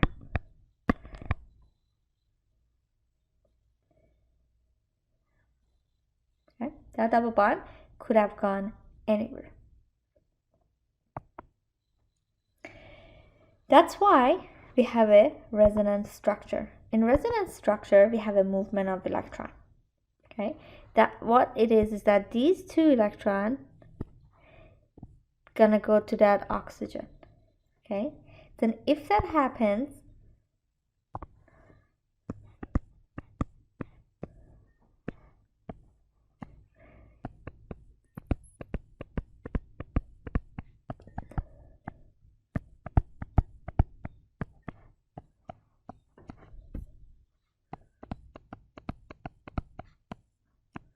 okay, that's what happened. Okay, which means the electrons pull that double bond toward itself and give that 2 non-bonding electron to that oxygen. Okay, now again, this oxygen could do the same thing. Then we're gonna move those electrons to here and they're going to go here. Okay.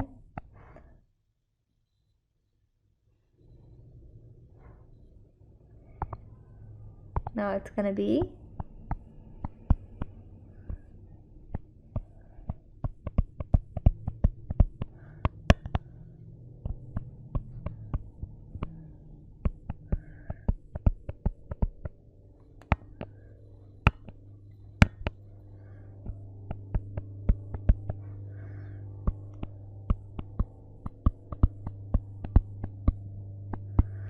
okay,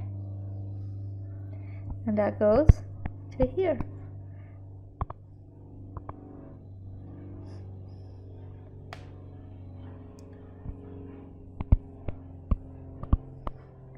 Then as you could see, since we can have 3 different structure for nitrate ion, that's why we call these type of structure resonance. You don't need to be able to do all these arrowing and the electron movement at all. I don't expect to see that at all. As long as you could understand it and you could be able to draw resonance structure, you should be good, okay? That's what I meant by resonance structure, because you could have, that nitrate ion can have more than one Lewis structure. It could be this one, it could be that one, and it could be that one, okay? And whenever you're drawing this structure, do not forget about that negative sign, okay? Before I move on, somebody might ask me, well, when we were doing the skeleton, okay, which was here, why can I do that?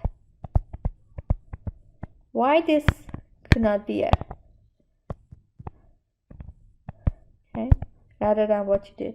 Remember when I was going over Lewis structures, some definition, what I said is that more compact and symmetrical is the most favored, and this is not symmetrical, okay? This is not symmetrical, whereas this is more symmetrical. That's why this is favored over this one, okay? That's the reason for it, okay? This is wrong.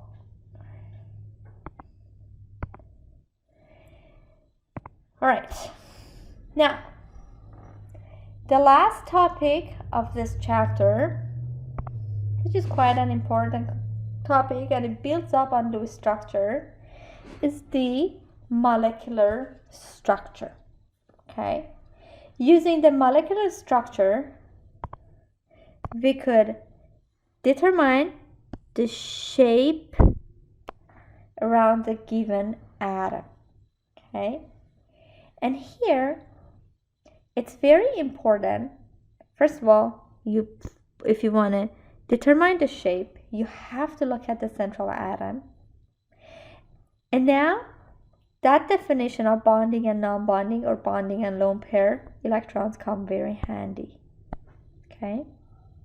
Because based on how many lone pair electron is around the central atom, you will determine the shape, okay?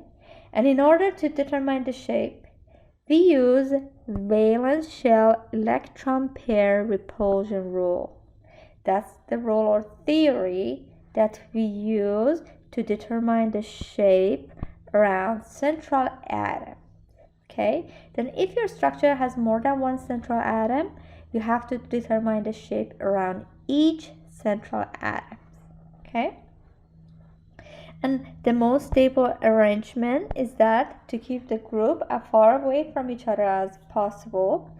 And you want your structure, as I told you guys previously, to be symmetrical and compact. That's the most favored structure that we talk about. Now, the first molecular structure, it's linear, okay? Then if you look here, okay, look at the central atom. The example is carbon dioxide, okay? To know how many, to know the shape, you have to look at the central atom, and you have to look at how many bonding and non-bonding electron it has. Okay, that's how we predict the shape. But one thing that's really important that you know, that double bond and triple bond is treated as single bond. Okay, then all double bond and triple bond is treated as single bond when we are drawing Lewis dot structure. Okay, then here, let's write it down.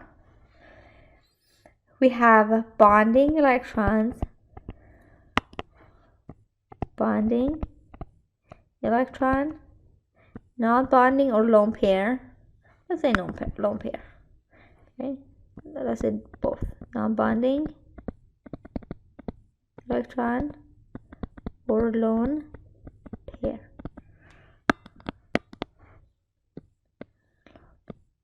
Okay. Now look at carbon dioxide.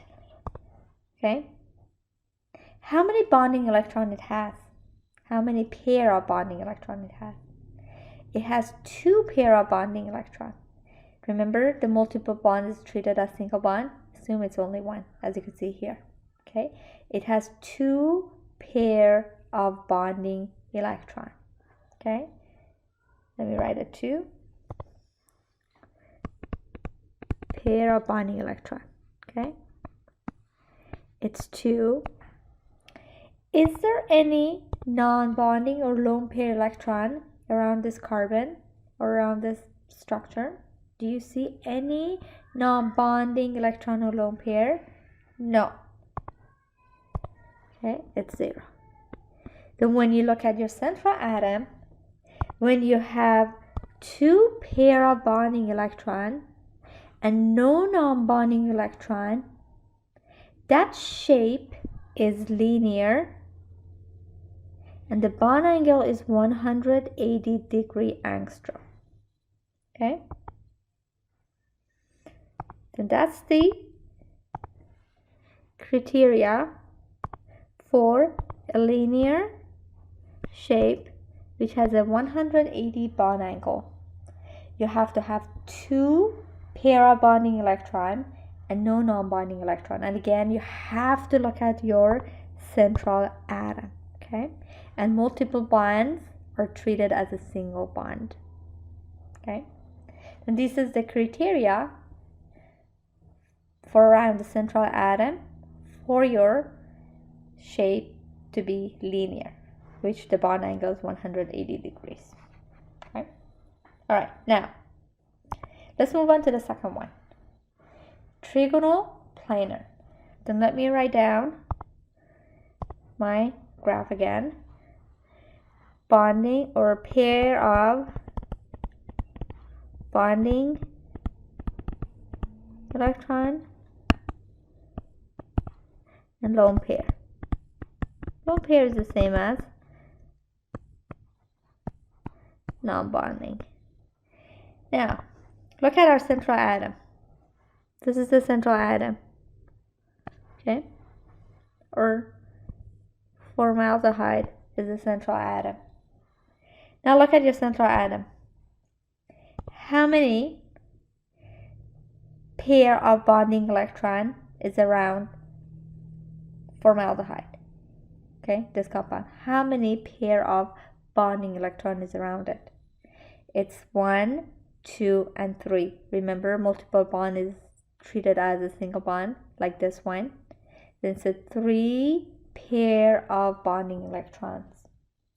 Do you see any lone pair or non-bonding electron around this carbon? No, we don't care about oxygen. You only look at the central atom. Do you see any lone pair or non-bonding electron around carbon? No, we don't. Then when you have 3 pair of bonding electron and no lone pair or non-bonding electrons, that shape is trigonal planar and the bond angle is 120. We have 2 trigonal structures. One is planar and the other one is pyramidal. That's why if you only say the shape is trigonal, it's not correct. You have to include whether it's planar or pyramidal, okay? And in this particular example, since we have 3 pair of bonding electrons and no lone pair electrons, okay, the shape is trigonal planar and it's 100-degree angstrom, okay? Then again, you always look at the central atom only. Let's go and continue. And let me write down my chart. Pair of bonding electron and lone pair. Lone pair electron. Now let's look here, methane. Okay, and this is our central atom. Okay, that's the central atom. And methane, this is the example. This is our central atom. Again, look at your central atom. Okay, is there any non-bonding or lone pair electron around carbon? Any lone pair or non-bonding? No, there aren't any. Now, how many pair of bonding electron is around carbon? How many pair? 1, 2, 3, and 4. Or 1, 2, 3, and 4. Okay. Then what we have around this carbon, we have 4 pair of bonding electron and no lone pair electron around our central atom. And when our central atom meets these criteria, okay, 4 pair of bonding electrons and 0 non-bonding or lone pair electrons, that makes the structure to be tetrahedral and the bond angle to be 109.5. Okay, that's what it is. One other thing is that whenever you're building this structure, as you could see here, this dotted line and this line, that dotted line means the bond is going into the page. It's going away from your face, okay? And the bold, the bond in that bold line here, that means the bond is coming into your face, okay? And the ones that are just the line, as you could see here, they sit flat on the page, okay? Or on the plate, right? And one more time, when it's a dotted line, that means the bond goes away from your face. If it's that line, if it's like that, the bold like that, means the bond coming toward your face. And if just like a line like that, that means the bond is sitting flat on the page. That's what it means by wedge line and the dotted line and those just lines, flat lines. Okay. You don't need to be able to do that for the purpose of the exam, but if you were in the lab and you were building the models, yes, you have to do it. As you could see here, if you look at this structure, okay, if you were going to look at it, you would see that this bond is coming toward yourself. If you were going to hold it, it comes toward your face, whereas this one is going to go away from your face. You probably might not even be able to see it. And these two bonds are sitting flat on the page, okay? That's why we draw them like that.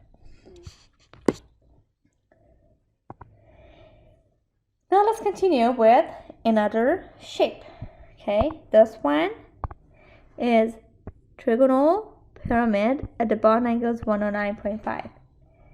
Okay, now let me do my little table. Pair of bonding electron and lone pair electron. Okay, then we're gonna look at the central atom. Always we're going to look at the central atom. Okay. Right. Well, here, this is the Lewis structure for ammonia. Look at the central atom, which is nitrogen. As you could see, it has 3 pair of bonding electrons and it has one pair of non-bonding electron. Okay, then when it has 3 pair of bonding electron and one non-bonding or lone pair electron, that geometry or the shape is trigonal pyramidal, and the bond angle is 109.5. Okay, then what it has a 3 pair of bonding electron and 1 pair of non-bonding electron around central atom. Okay, that would be trigonal pyramid, and the bond angle is 109.5. Then we have two pyramidal. We have two trigonal. One is trigonal planar. Okay, this is trigonal planar, as you can see here. Okay, formaldehyde is one of the examples. It has 3 pair of bonding and no non-bonding. The bond angle is 120. Okay, trigonal planar.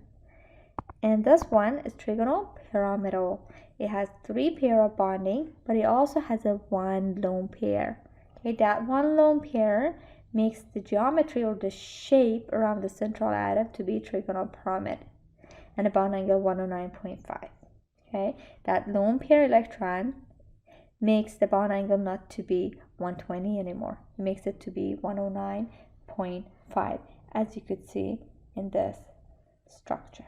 Okay, so whenever you have a trigonal, you have to tell us whether it's a pyramidal or if it's a planar. Basically, it got to do with the lone pair. If it has a lone pair, it's pyramidal. If it does not have any lone pair, it's planar.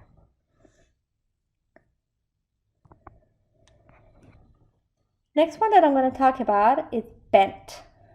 Okay, it's when the geometry is bent and the bond angle is 109, also 0.5. Then again, we're going to look at the central atom. Always we're going to look at the central atom. Okay, let me do my little table. Electron, pair of bonding electron, and that one is lone pair. Okay, look at your central atom. Around our central atom, we have 2 pair of bonding electron and 2 pair of non-bonding electrons or lone pair electrons. Then when we have 2 pair of bonding electrons and 2 pair of non-bonding electron or lone pair electron around our central atom, the geometry will be bent and the bond angle is 109.5. One thing that I sometimes see is that students are not sure if this structure is bent or bend. That's why they put it something like that. If you do something like this, you will not receive any credit. Okay, the shape is, as you can see here, it's bent. Okay, it's not bent. Okay, it's bent, and it's not bent. Okay, all right.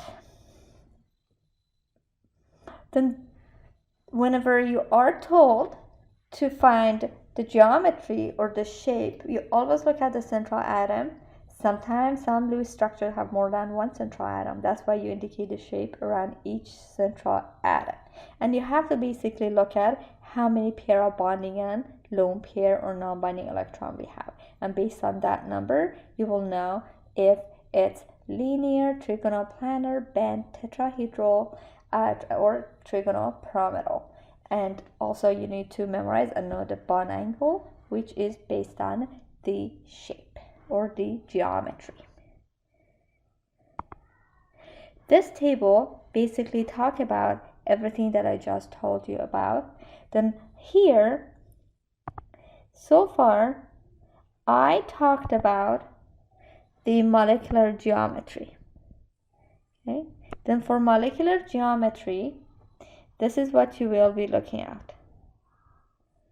Okay? That's what we are looking at for molecular geometry. Okay. We also have one other thing. If you look at this data table closely, we have electron geometry, which is different from molecular geometry. Then everything that I told you guys so far was about molecular geometry. Now, what do we mean by electron geometry? For electron geometry, okay, what it is that assume each non-bonding or lone pair electron is contribute to the bond, okay?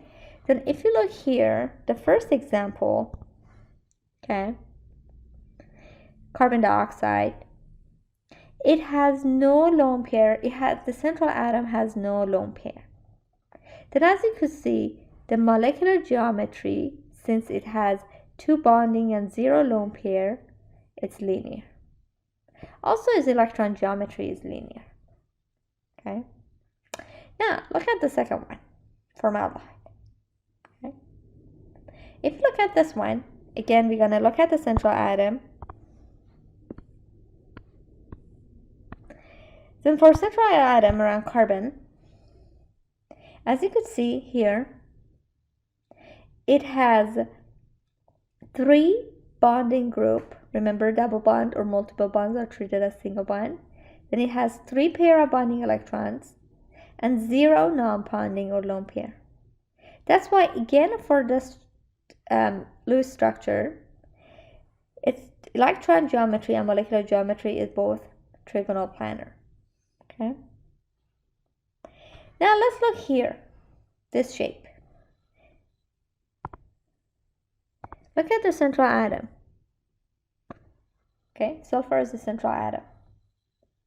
Okay. Now as you can see here, for molecular geometry, if the central atom has 2 pair of bonding electron and 1 non-bonding electron, it's bent. Also, if it has 2 pair of bonding and 2 pair of non-bonding, is also bent. Okay. But now let's look at the electron geometry. Then what happens here? Each lone pair contributes to the bond. That means it will be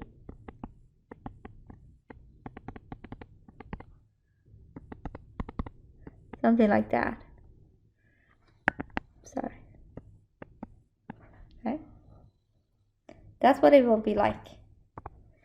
Then if this was your central atom, okay. Now look here. How many bonding electron is around sulfur? 1. How many pair? 1, 2, 3. It's 3 pair of bonding electron. How many lone pair? Nothing. Okay. That's why the electron geometry for it is trigonal planar. Okay. Basically, each lone pair assume it's 1 bond, as I did it here. That's why for molecular geometry we just look at this, whereas for electron geometry we look at that structure. Okay. Now methane, since it has 4 pair of bonding electron and no lone pair, okay, its molecular geometry is tetrahedral. Its electron geometry is also tetrahedral, so since it has no lone pair. Now ammonia has 3 pair of bonding and 1 lone pair. That's the criteria for trigonal pyramidal. Okay. Now what's going to happen to electron geometry? For electron geometry, remember, each lone pair, it's like a bond. Okay.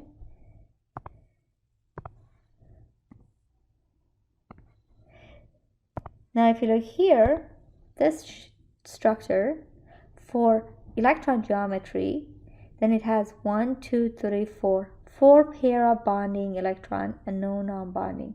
When it has 4 pair of bonding electron and no lone pair, that's why its electron geometry will be tetrahedral. Okay. Basically, when we are doing electron geometry, each lone pair is 1 bond. Okay, and then go look and see which it meets, the bonding and lone pairs meet which of the criteria. And last one is water. Okay, water is also bent because it has two pair of bonding, two pair of non-bonding electron. That's why its molecular geometry is bent, as we talked about in the previous slides. But its electron geometry will be tetrahedral, and the reason is that it's oxygen, hydrogen, hydrogen.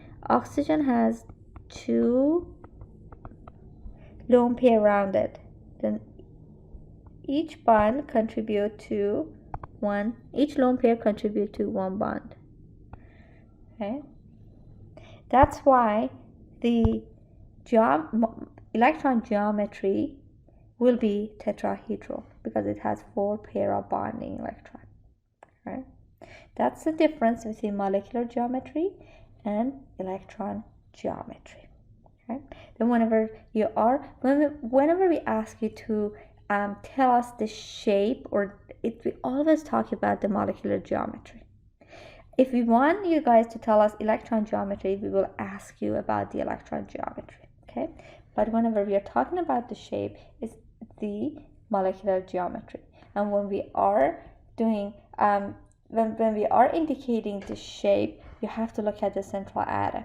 Okay, and you have to look how many bonding and lone pair electrons there is around your central atom.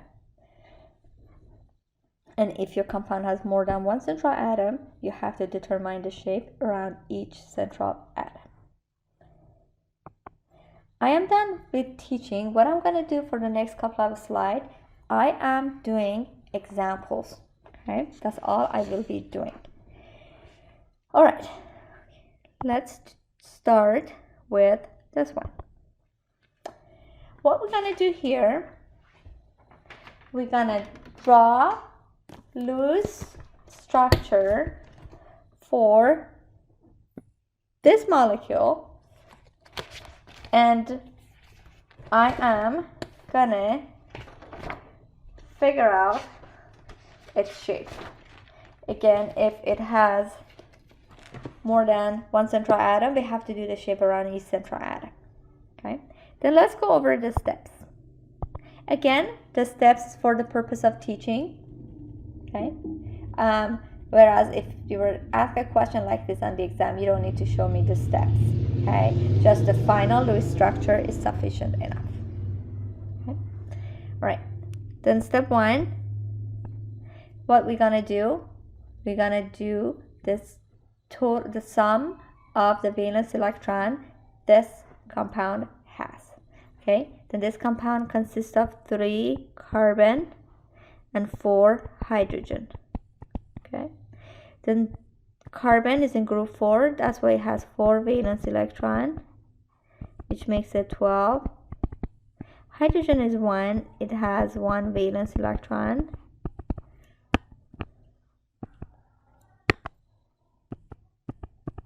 Four times 1 is 4. Okay, then we're going to add that up. 12 plus 4 is 16. Then this is step 1. Then this compound has a total of 16 valence electron. That's step 1. Step 2, you're going to draw a simple skeleton structure of the molecule. Then we have carbon, we have hydrogen. Then carbon's going to be at the center, hydrogens will be terminal. And that's how we're going to do it. Carbon, carbon, carbon. Now we do the hydrogens here. Okay.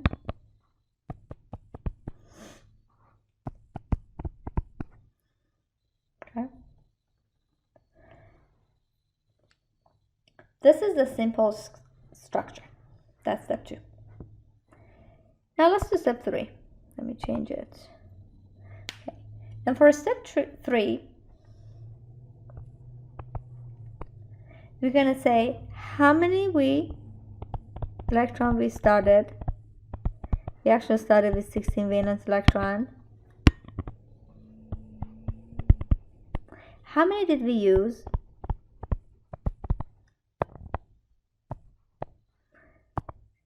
And based on the simple skeleton structure, we used 2, 4, 6, 8, 10, and 12. Okay, we use 12 electrons because we have 6 bonds.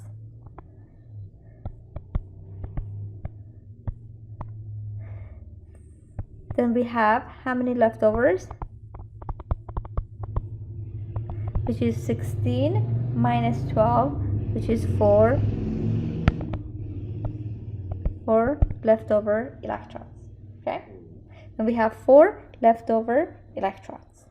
When we started with 16, we use 12 of it, we have 4 left over. Now let's move on to the next step. Next step, we want to know how many electrons each of these atoms need to reach the octadrole. And in order to do that, what I want to do, I'm going to give a number to these carbons because we have more than one carbon. That way we won't get confused. Okay, I'm going to write it as carbon 1, carbon 2, carbon 3, and hydrogens. Okay, now hydrogens are following the duetral. Okay, and they already have 2 electrons. That's why they have 4 hydrogen, but it's going to be 0 because they all follow the duetral. Now let's look at C1, carbon 1. Here, that's C1. I name it C1. You can name it whatever you want. How many electrons around it? 2, 4, 6, 8. Does it need any more electron to reach the octadrole? Octadrole is 8. Then it's already 8 around it. Then it does not need any more electron to reach the octadrole. What about C2? C2 has 2 and 2, which is 4. Then octadrole is 8. 8 minus 4 is 4. And C2 needs 4 more electrons to reach the octadrole. What about C3? Just like C2, C3 has 2 and 2, 4 electrons around it. Then 8 minus 4 is 4. And C3 also needs 4 more electrons to reach the octadrole. Now I'm going to add this up, and it will be 8 electrons. And this structure needs 8 more electrons to reach the octadrole. Okay. Now step 5. We want to know if our structure, I'm going to do 5 here, needs an extra bonding, which is the difference of number 4 from, it's just the difference of 4 and 3 leftover, and how many more for the valence electron, which is 8 minus 4, which is 4. And for bonds, we always divide it by 2 because 2 electron makes 1 bond, which is 2 here. Then this structure needs 2 extra bonds. Okay, right, which I'm going to put it here one more time.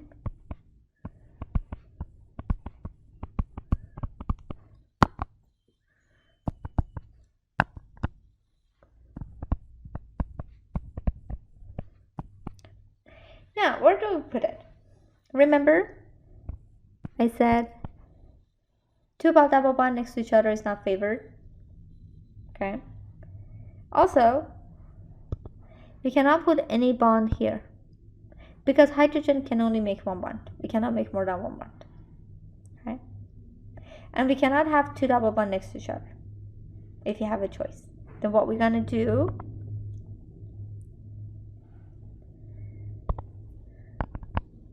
we're going to leave that as single bond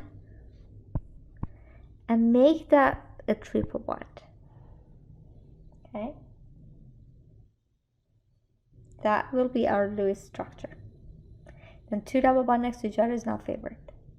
Okay, that's why it's better to have a single bond and a triple bond than 2 double bonds next to each other if you have other options.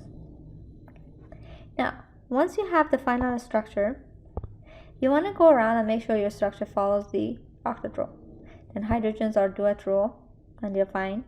This carbon is 2, 4, 6, 8. It's good. This carbon is 2, 4, 6, 8. Is good. And that carbon is 2, 4, 6, 8, which is also good. And this is a final Lewis structure for this compound. We're also told to indicate the shape, the VSEPR shape. By VSEPR shape, I mean the molecular geometry. Okay, we mean the molecular geometry, and we do it around its central atom. Remember, this structure has 3 central atoms. Then we have to indicate the shape around each atom. The first one is that carbon. It has 4 pair of bonding electrons and no non-bonding. When it has 4 pair of bonding, no non-bonding, the shape will be tetrahedral.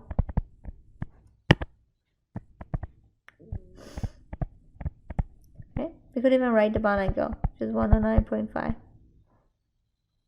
Now let's look at the other carbon. This one. Remember, multiple bonds are treated as a single bond. Then it has 2 pair of bonding electron and no non-bonding. Then when you have a 2 pair of bonding electron and no non-bonding, it will be linear. The bond angle will be 180.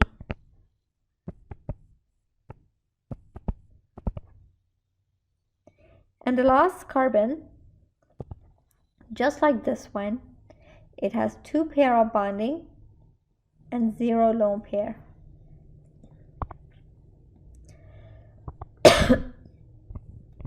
Then this is also linear, and the bond angle is 180 degrees. Okay. All right. Then this is the answer for the first compound. Then as you can see, since it had 3 central atoms, I indicate the shape and the bond angle, even though we were not asked for, around each central atom. Okay, and when you are indicating the shape, you have to tell specifically which shape belongs to which central atom. Okay.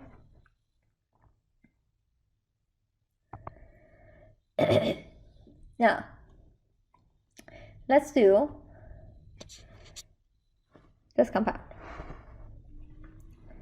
Then for this one, again, we're gonna draw the Lewis structure and we're gonna indicate the shape. Okay. Then we're gonna do step 1, which we're gonna say how many valence electron this structure has. Okay, then it consists of, as you can see here, consists of 1 nitrogen, 3 hydrogen, 1 oxygen.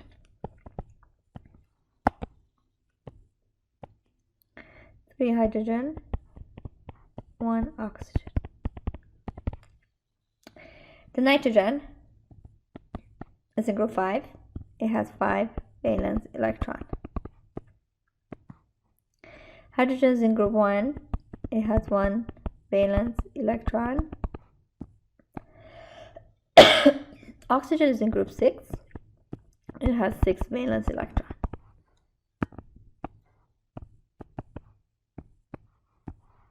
Then when I add all this up, I will end up with 14 valence electrons.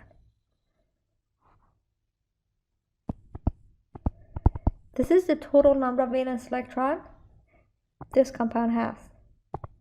Now number 2, I'm going to draw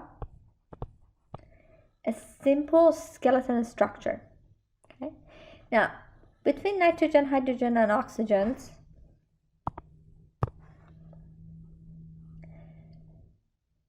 hydrogens are always terminal. Okay. Now between nitrogen and oxygen, as you could see, nitrogen is to the left of the oxygen. that means it's less electronegative. Okay, that becomes more central.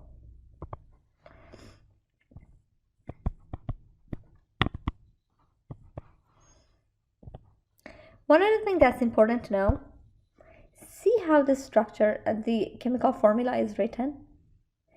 The way that this is written, usually we draw the Lewis structure based on how it's written.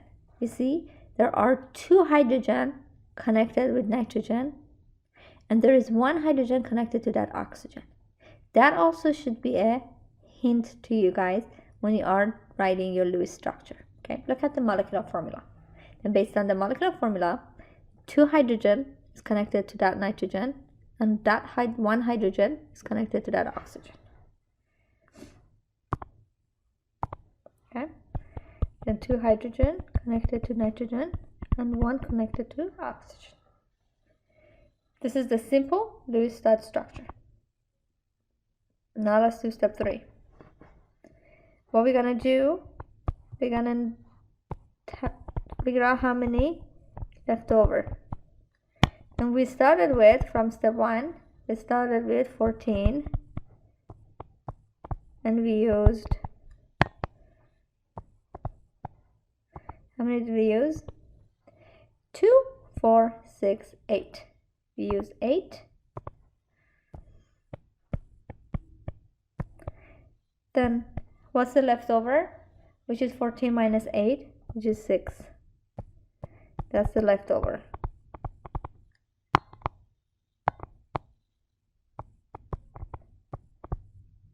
Okay, we have 6 leftover electrons. That's step 3. Step 4, you want to do it, and you will see if it's not a good color. How many more electrons your structure need to reach the octadro? Okay, then we have 3 hydrogens. It has a nitrogen and it has an oxygen, right? Then again, hydrogens, they follow the duet rule, which is 0, as you can see here. Hydrogens, all 3 of them following the duet rule. They does not need any more electron to reach the octadro because they do not even follow the octadro. What about that nitrogen? It has 2, 4, 6 around it, right? How many more does it need to reach the octadro? Octadro is 8. Then it has 2, 4, 6. Then it has octadro is 8. Then 8 minus 6 is 2. Okay. What about the oxygen? Oxygen has 2 and 2, 4. Duet rule is 8, right? 8 minus 4 is 4. Now when you add it up, it's 6. And this structure needs 6 more electrons to reach the octadro. Now let's do step 5. For step 5, we want to know if our structure needs additional bonding or not. Then let's do number 5. Okay. For additional bonding is basically the difference of the values in number 4 and 3, which is 6 minus 6, which is 0. So then we divide it by 2 because 2 electrons gives 1 bond, which is 0. Then your structure does not need any extra bonding. Bond is needed. Okay. Now last one, the last thing that you will do is to draw your Lewis dot structure and to make sure that it's following the octadro. Okay.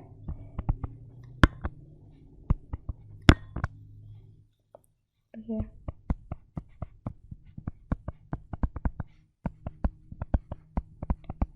All right. Now hydrogens are following duet rule, then they are fine. What about that nitrogen? It has 2, 4, 6. How many more electrons does it need to reach the octadro? 2 more. Then I'd put 2 more electrons. Okay. What about the oxygen? It has 2 and 2, which is 4. How many more does it need to reach the octadro? 8 minus 4 is 4. Then it's 4 more to reach the octagon. Then this is the complete Lewis dot structure for this compound. Now, what we're going to do, we want to indicate the whisper shape, okay, around each central atom. How many central atoms do we have? As you can see here, we have 2 central atoms, the nitrogen and the oxygen. Okay, let me do the nitrogen nicer.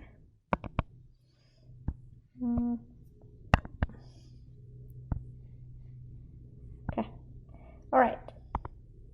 Now, as you can see here, for that nitrogen, it has 3 pair of bonding electron, 1 pair of non-bonding.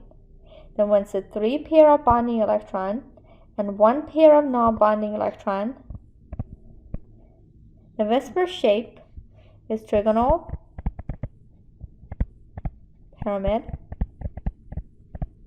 And the bond angle is 109.5. Okay. Now let's look at oxygen. This oxygen, it has 2 pair of bonding electrons and 2 pair of lone pair.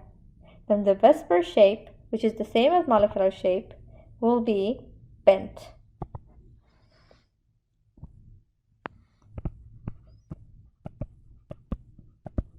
Okay, and the bond angle is also 109.5 angstrom.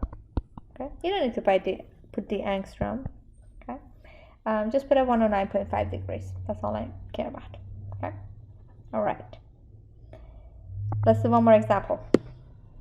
We want to draw the Lewis dot structure for this compound.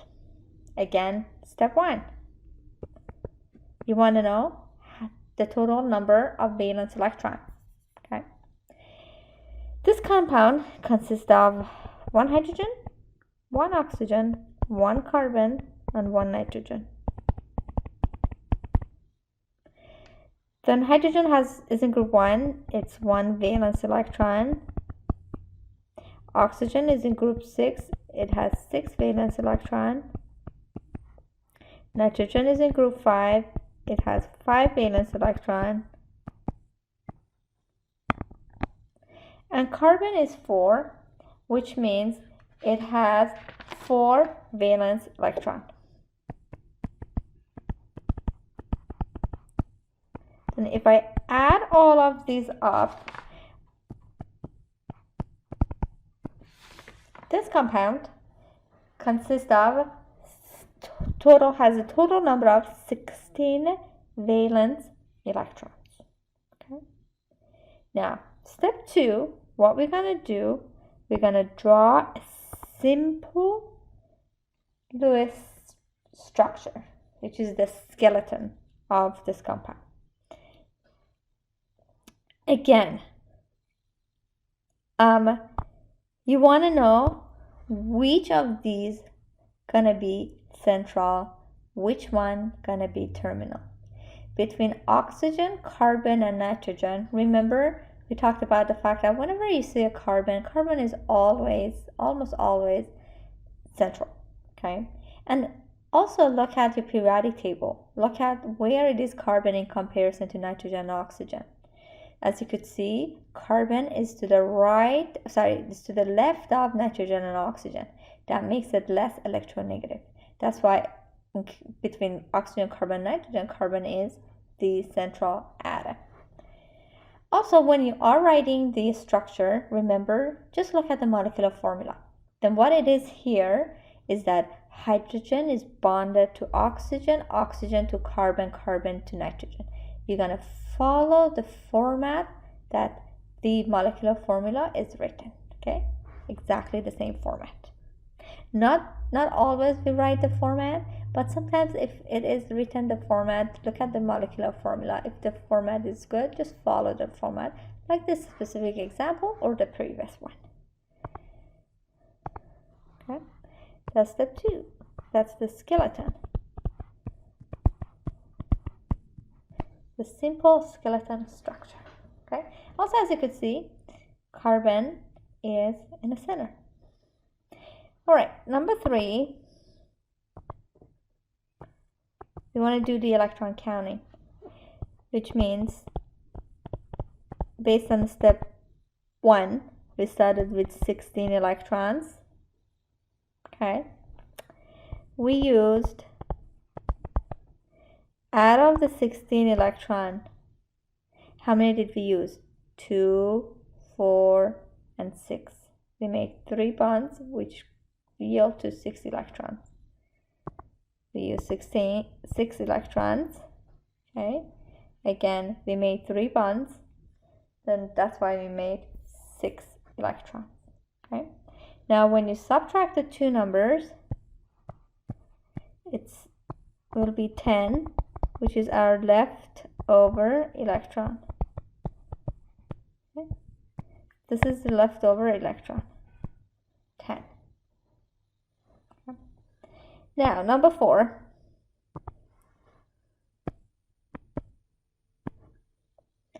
for number 4, we want to know how many more electrons each of these atoms in this compound need to reach the octet-role, and that's based on the simple structure we drew in number 2. Then this compound again consists of hydrogen, oxygen, nitrogen, and carbon. Okay, now let's look. Hydrogen is following the duet rule. It's not following the octet rule at all. Okay, now that's why it's 0.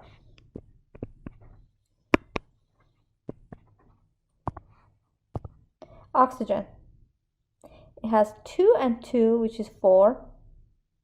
Octet rule is 8. 8 minus 4 will be 4. Then oxygen is 4 more electrons to reach the octet role.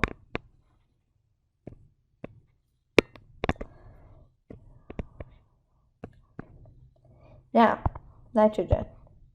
Nitrogen has 2. Octet rule is 8.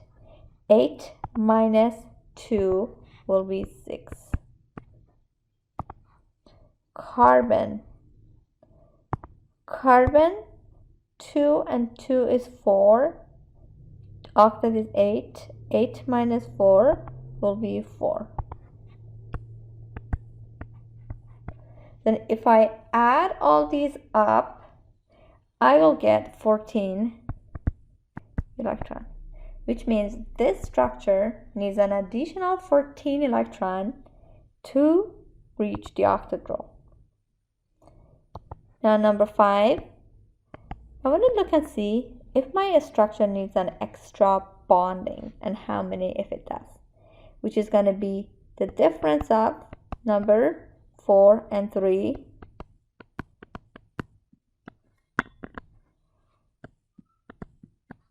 And we divide it by 2 because 2 electron makes 1 bond. That makes it 2.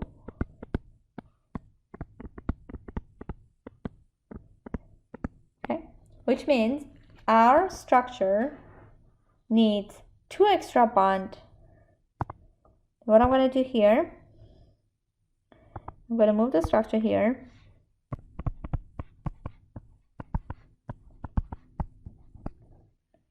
Now I'm going to put the extra bonds.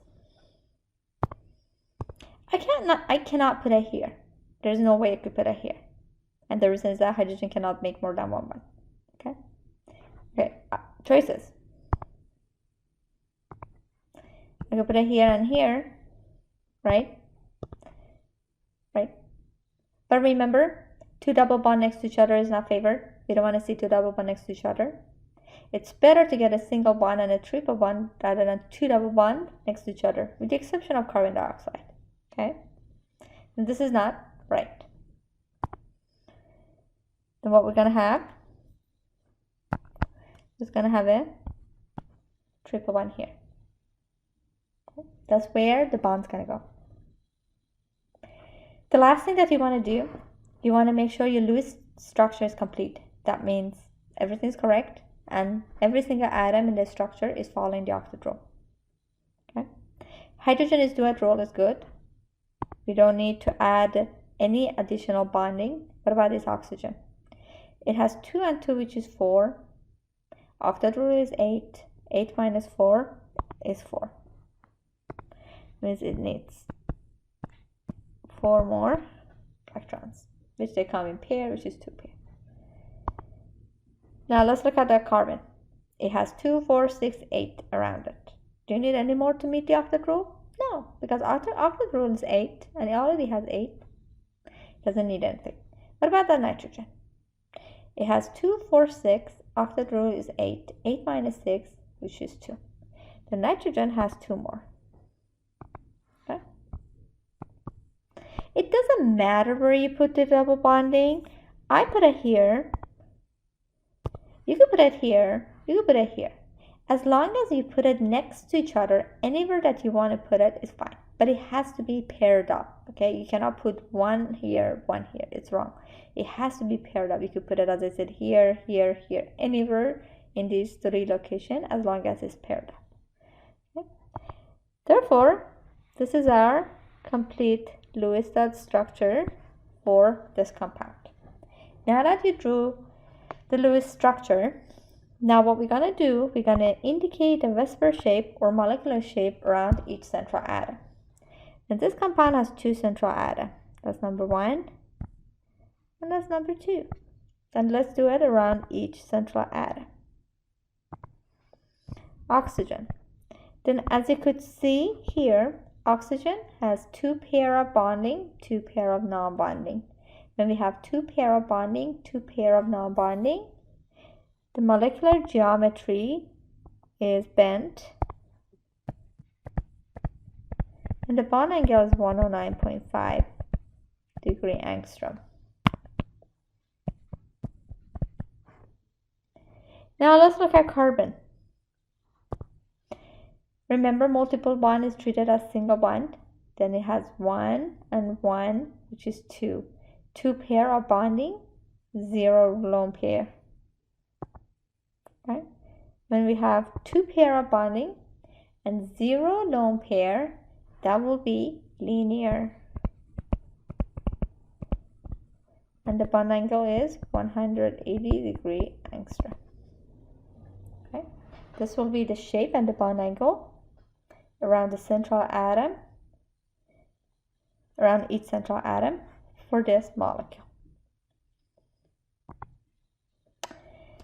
Now let's do it for carbon dioxide.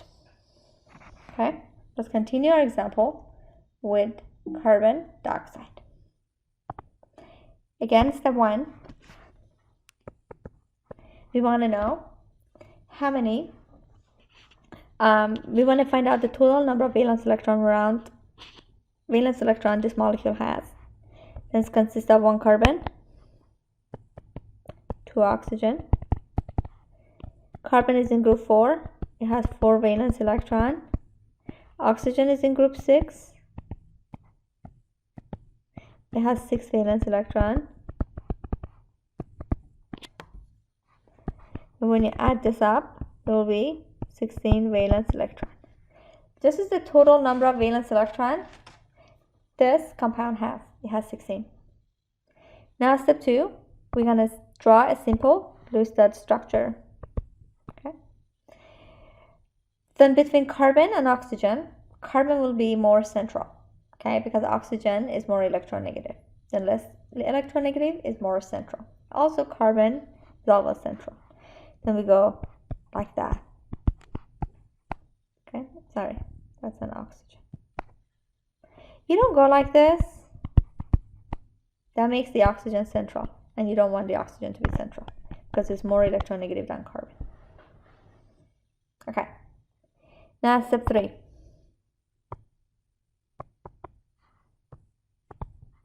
You want to calculate and see how many leftover electrons you will got. Alright, then based on step 1, we started with 16 valence electron. From step 2, you will know that you used how many? 2 and 2, which is 4. You made 2 bonds, which means you used 4 electrons. Okay. Then 16 minus 4 will be 12. Okay, and that's the total number of leftover electron that you've got. Okay, once you know your leftover, we will go to step 4. Let's go with dark blue, and we're going to calculate how many more electrons each of these atoms within this molecule needs to reach the octet. Again, what I'm going to do, I'm going to number my oxygens since I have 2. Okay, then we have O1, carbon, O2. All right, let's look at O1, which is this one. I just named it O1. It has 2. Octet rule is 8. 8 minus 2 is 6.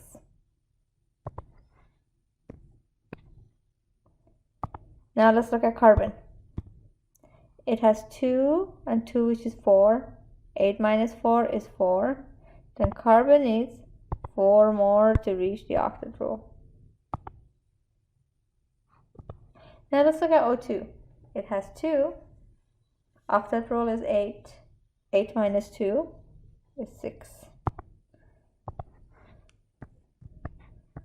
When I add them all up, it will be 16.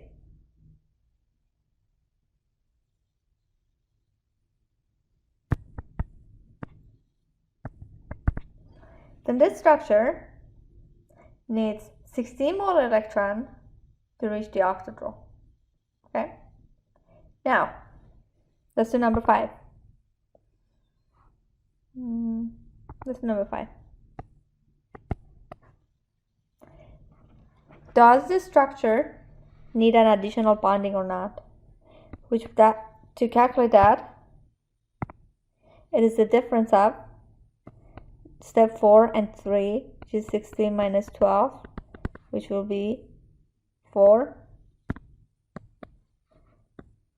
We divide it by 2 because 2 electron makes 1 bond, okay, which is equal to 2. Then this structure needs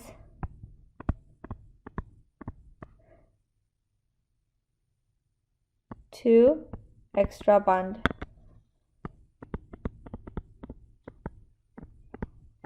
Okay.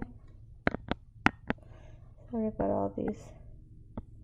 Whatever it is. Okay. Then this structure is 2 more bonds. Then what I'm gonna do here, I'm gonna transfer it here. Right. We cannot put it all here. It's not gonna work.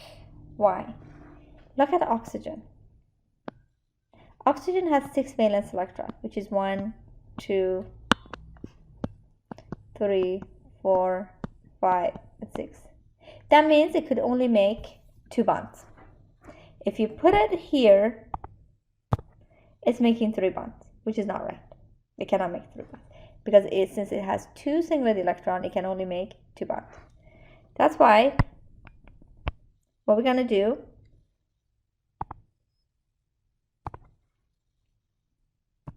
this is gonna go, and the other bond gonna go here. Okay. Once you know where your bonds go, what you want to do, you want to make sure your structure is complete. Look at that oxygen. How many electrons around it? 2 and 2, 4. What is octet rule? 8. 8 minus 4 is 4.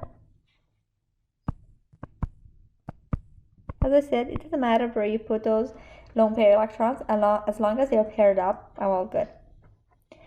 And the second carbon, the carbon, it has 2, 4, 6, 8. Octet rule is 8. It does not need any additional lone pair electrons. And that oxygen, it has 2 and 2, which is 4. Octet rule is 8. 8 minus 4 is 4. That oxygen needs 4 more. Okay. Once you have that done, this will be your Lewis dot structure. Now let's do the VSEPR shape and bond angle. Carbon dioxide has only one central atom. That's why it's going to be only one shape. Then if you look at carbon, which is your central atom, it has two pair of bonding. Remember, double bond, triple bond, it's not significant. We don't count it. We treat it as a single bond. And we assume there is one bond here, one bond here. When you have two pair of bonding electron and no lone pair, you don't see any lone pair, okay? When you have two pair of bonding electron and zero lone pair, your structure, the shape, the molecular geometry is linear.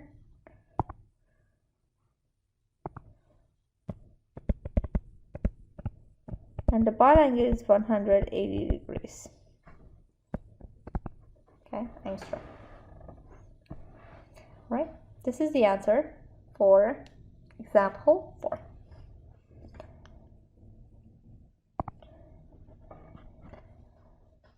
Let's do one more. We're going to indicate the shape. We're going to draw the Lewis structure for this compound. And we're going to indicate the shape. Okay, that's what we're going to do. Then the first thing that we want to do is to count the total number of valence electron.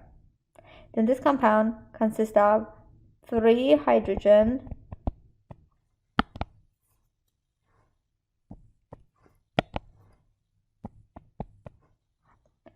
2 carbons, sorry about that,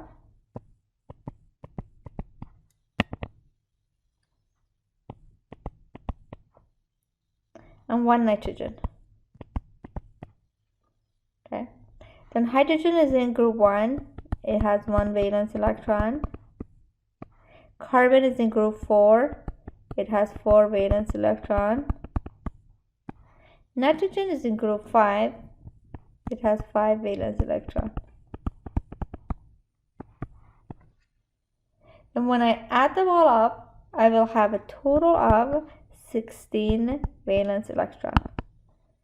That's the total number of valence electron this compound has. Now for step 2, you want to draw a simple Lewis dot structure. Again, between carbon, hydrogen, and nitrogen. Hydrogen is always terminal. And between carbon and nitrogen, carbon is going to be more central. Why? Because it's less electronegative. And whenever we have a carbon, carbon is always central. Now this is one of the examples that the molecular formula tells you exactly how to draw the shape, which means carbon is connected to all 3 hydrogen, and then this carbon is connected to that nitrogen. Okay, that's the format it's gonna go. That means I'm gonna draw it just like this.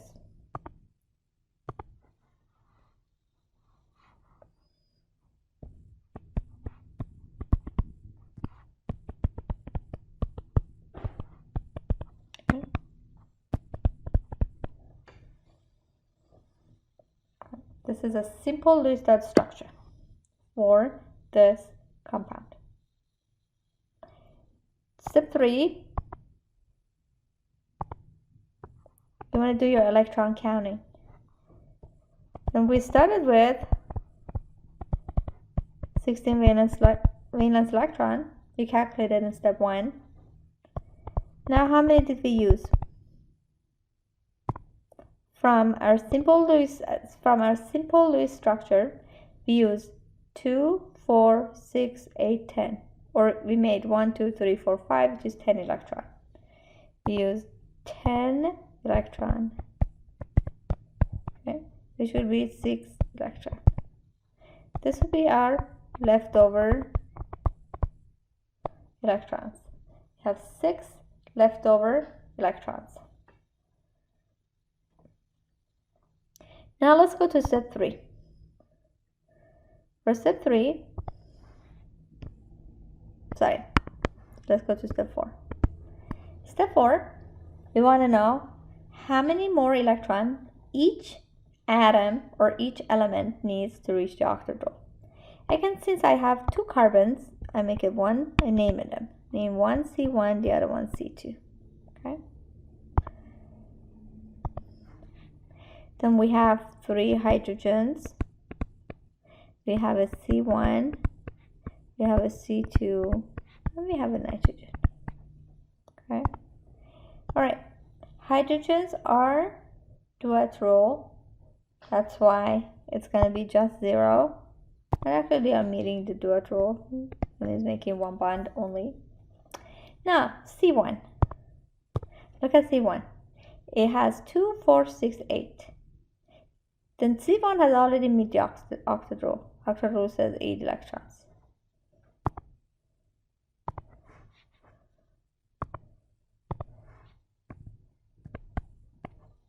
What about C2? C2 has 2 and 2, 4. How many more does it need to reach the octet rule? Octet rule is 8. 8 minus 4 is 4.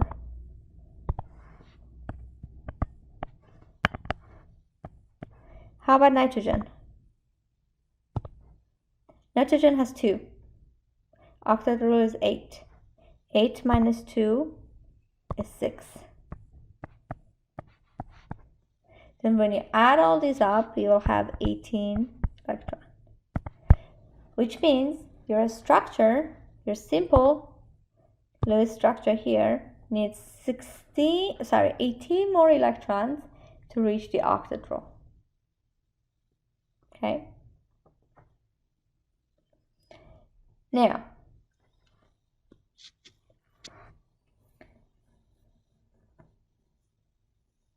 oh, actually I made a mistake here. That did not sound right. This is a mistake. Okay.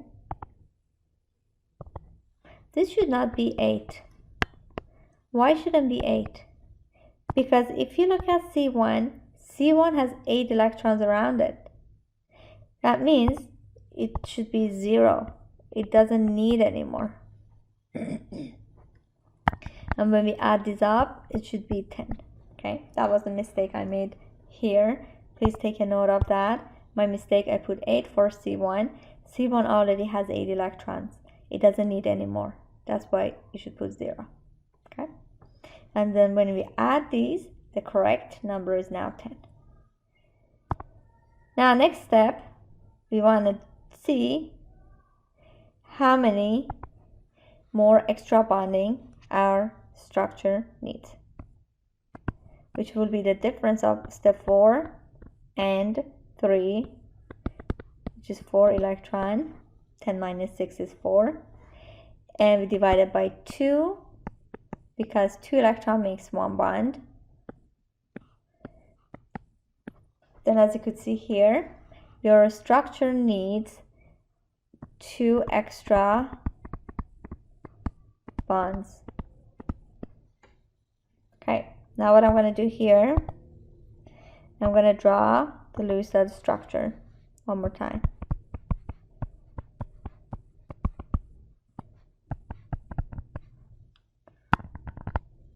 Let me go a lot lower so that it doesn't.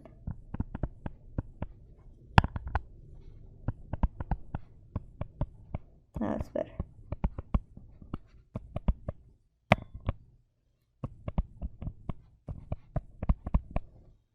Okay. Now where are those bonds gonna go? It cannot go here because hydrogen can only make 1 bond. It also cannot go here. Why? Because carbon is in group 4, it has 4 valence electrons. Which means carbon can only make 4 bonds. It cannot make more than 4 bonds. And if you look here, this carbon has already made its 4 bonds. Then it cannot go here. It does not have any more electrons to make a bond with. It has used all its 4. Then the only place that these 2 extra bonds could go is here. Okay. Once you know where the bonds go, the last step is that to make sure your structure follows the octet rule. This carbon does follow because it has 2, 4, 6, 8 electrons around it. octet rule is 8. The second carbon also does because it has 2, 4, 6, 8 electrons around it. That one also does not need an additional lone pair. What about the nitrogen? Nitrogen has 2, 4, 6. It has 6, but the octet rule is 8. 8 minus 6 is 2. That means nitrogen has or needs 1 lone pair electron, which I put it here. And as I said, you can put it anywhere that you want. Doesn't matter, as long as those lone pairs are paired up. Then once you get that, this will be our complete Lewis dot structure. Once you have your Lewis structure, we're going to indicate the shape or molecular geometry and the bond angle around each central atom. And we have 2 central atoms. Okay? Alright, let's do C1, or that's C. Okay. What is the shape around this carbon? Okay. If you look at this carbon, it has 4 pair of bonding and 0 non-bonding. When we have 4 pair of bonding and no non-bonding, the shape is tetrahedral, and the bond angle is 109.5. Okay. Now let's look at the other one. This carbon. Okay. Right? Remember multiple bonds, double bond, triple bond is treated as single bond. Then because of that, it has 1 and 1. Only 2 pair of bonding electrons. Okay? It only has 2 pair of bonding electrons and 0 non-bonding electron. Then when it has a 2 pair of bonding electron and 0 non-bonding electron, the shape will be linear, and the bond angle is 180 angstrom. Okay, then this will be the shape and bond angles and Lewis structure for this compound. Okay. One thing that I just like to talk about and just ask you guys. This is the Lewis structure for oxygen. Okay, just kind of the pen skipped again. Okay, if I was gonna ask you what is the shape around it, okay, what you will say when we have diatomics like oxygen, nitrogen, hydrogen, and all group 7, for when we have a structure like this, Lewis structure like that, when you were asked for molecular geometry or shape, the shape will be linear and the bond is going to be 180 angstrom. Okay, this was something that I was going to talk about and I kind of forgot, okay, which I decided to talk about. Okay, then for diatomic compound, when you have only 2 atoms bonded to each other, the shape is linear, the molecular shape is linear, and the bond angle is 180 angstrom.